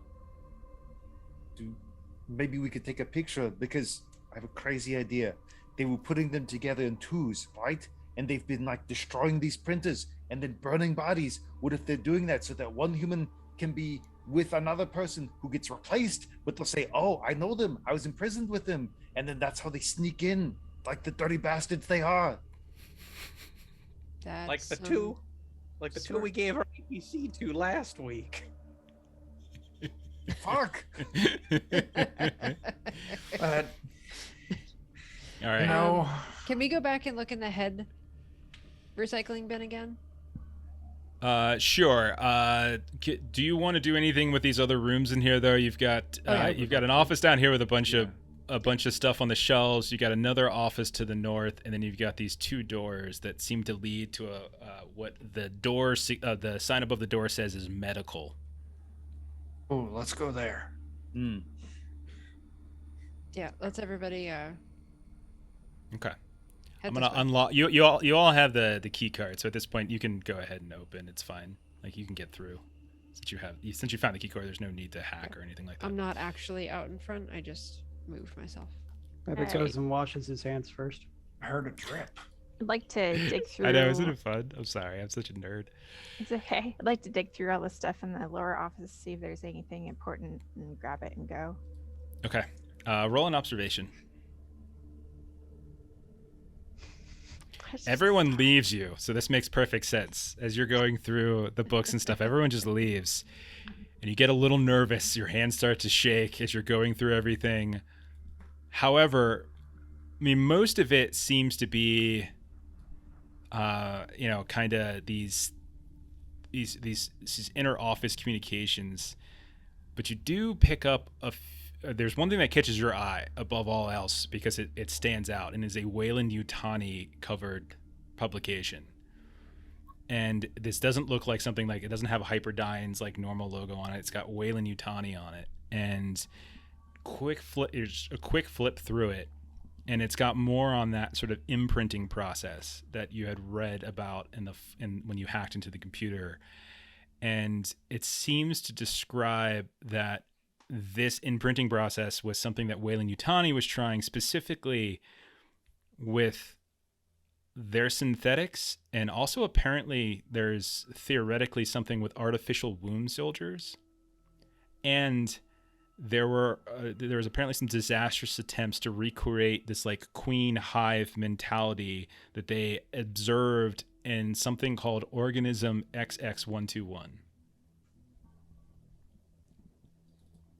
This looks promising. So Zoe says to an empty room. it looks around, she's all by herself, and then one of those baby synths is just looming in the window. Ah, shit. No, you're okay. You shut him down. That was awesome. You got the roll. It was great. Okay, so we're nearing the end, so I'm just gonna sort of give you some things a little bit more freely. But you see a couple things up here. I want to get us out of here, but you see a few things. One, in the office before you get into the med lab, you can see that there's a couple different tables and desks and things in here. There's bookcases and such like that. And there's also various consoles that seem to have kind of deeper access. Abbott, do you want to roll since you're I know you're the other good CommTech person, right? Like, do you have good CommTech? I'm wrong. Trained in it. I'm not good at it. Okay. So if anybody else wants to roll CommTech on any of these consoles to see what you can get in here, go ahead and do that. Anybody can roll observation on the other bookcases in here.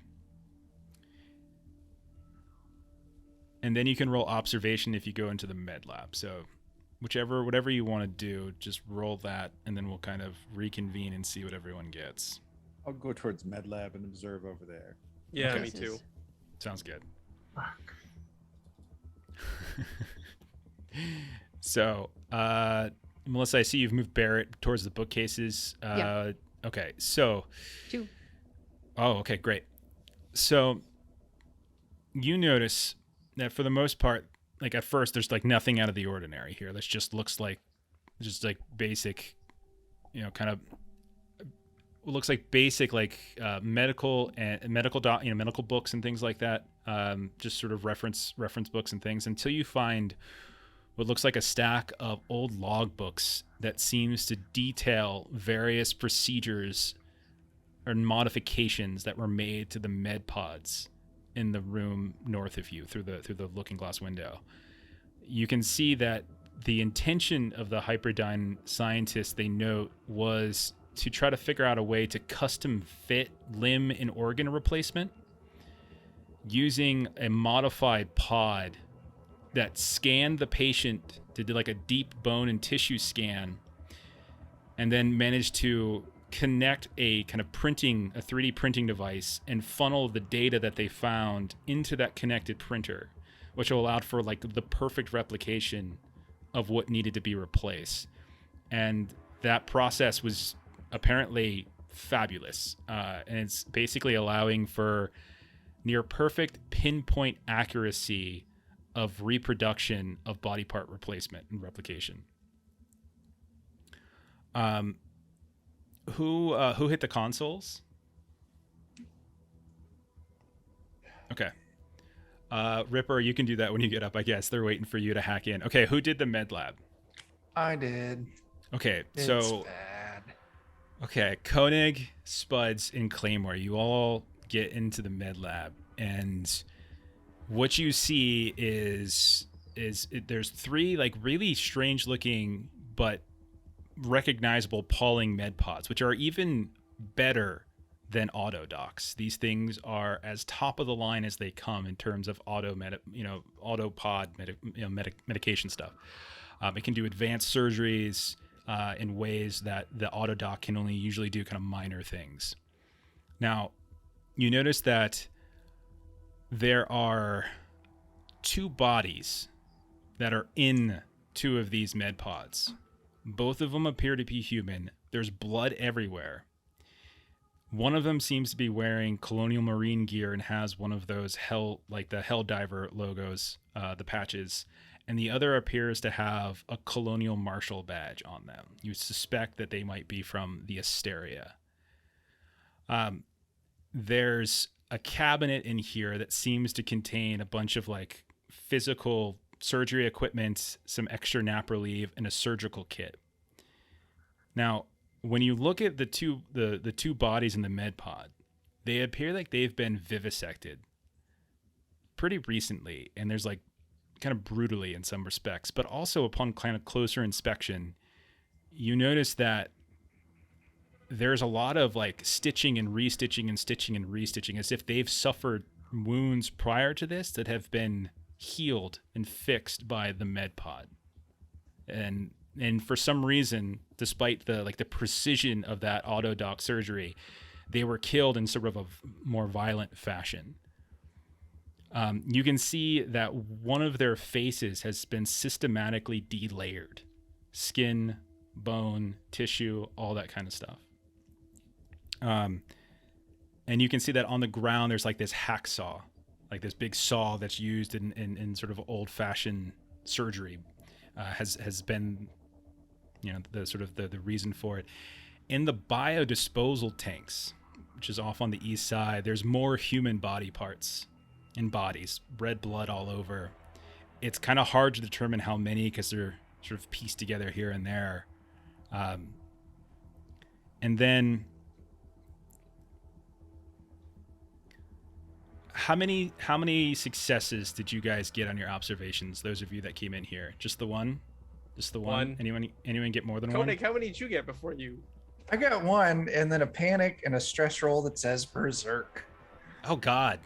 Yeah. I'm gonna, because we're at the end, I'm gonna assume everyone can kind of keep him Oh, from okay. keep him I from was going. Or about someone to say I take aim. we're so close to the end. I just want to. Okay. Or maybe we'll hold that for next week. Okay. So, Jen, what did Ripper roll in her Comtech up here? Okay. 3. Okay.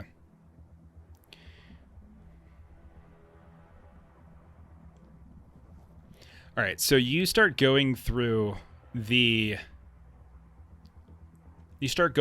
consoles up here, and you start kind of getting into them, and you can find that there are a couple of interesting things I can share with you. Some of them actually is kind of payoff on previous chapters. One is apparently a project called Project Cherub, which is the project lead is Dr. Cynthia Stein. And this apparently is said to be the brainchild of Peter Wayland, whose original vision for like AI was different than what we have it now, which is like laborers and stewards and things like that. And it describes how Project Cherub is apparently about consciousness transference as much as it is synthetic development. And it was apparently motivated by Wayland's fear of death and his desire to prolong his own life. And apparently, there's been kind of a breakthrough in recent years in Weyland-Yutani, and Hyperdyne has informants that have kind of been logging this, and they've managed to turn one of the scientists. And there is kind of a synthetic modeling in our artificial intelligence heuristic, a process referred to as consciousness hosting an engram transference, which is designed to produce a receptacle for digitized consciousness implantation. And this is something that's referencing. Documents suggest they're their corporate spies that 5 models have been developed. The cost is exorbitantly high, and even one has had a successful transference. And at the very end, there's a reference, and it says recent internal Hyperdyne communication has expressed a desire to move Project Cherub to an ongoing application at null 256, but there's been no approval or rejection has been sent back. You also find other kind of black project synth stuff. One is called the Law Project, which is an older project that was developed during the early years of Frontier development, and it was about law enforcement.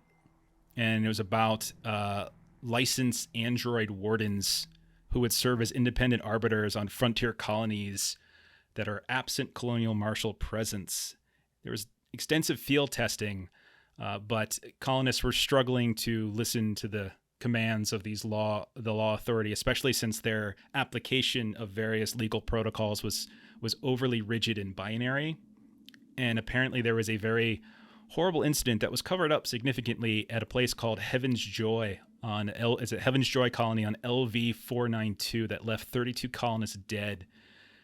Of the 100 models that were created, most were either recalled, destroyed, or kind of reassigned in some way, recycled. And apparently 3 of them are kind of unaccounted for. And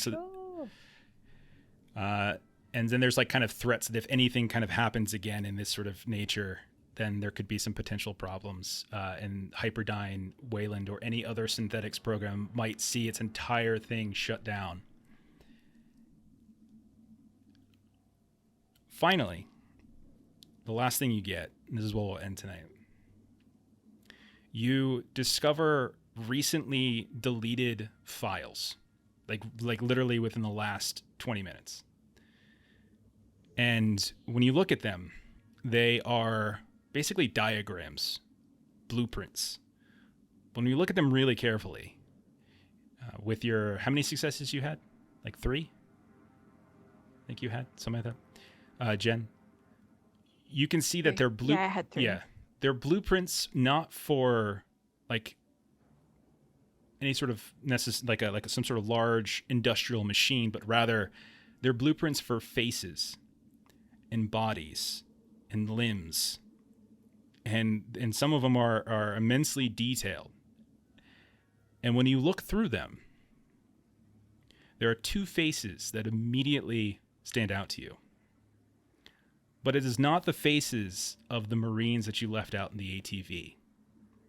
You see the face of an African-American woman named Hazel and a man who called himself Bud McCall, who you rescued hours before in the employee I said compound. we should have cut him.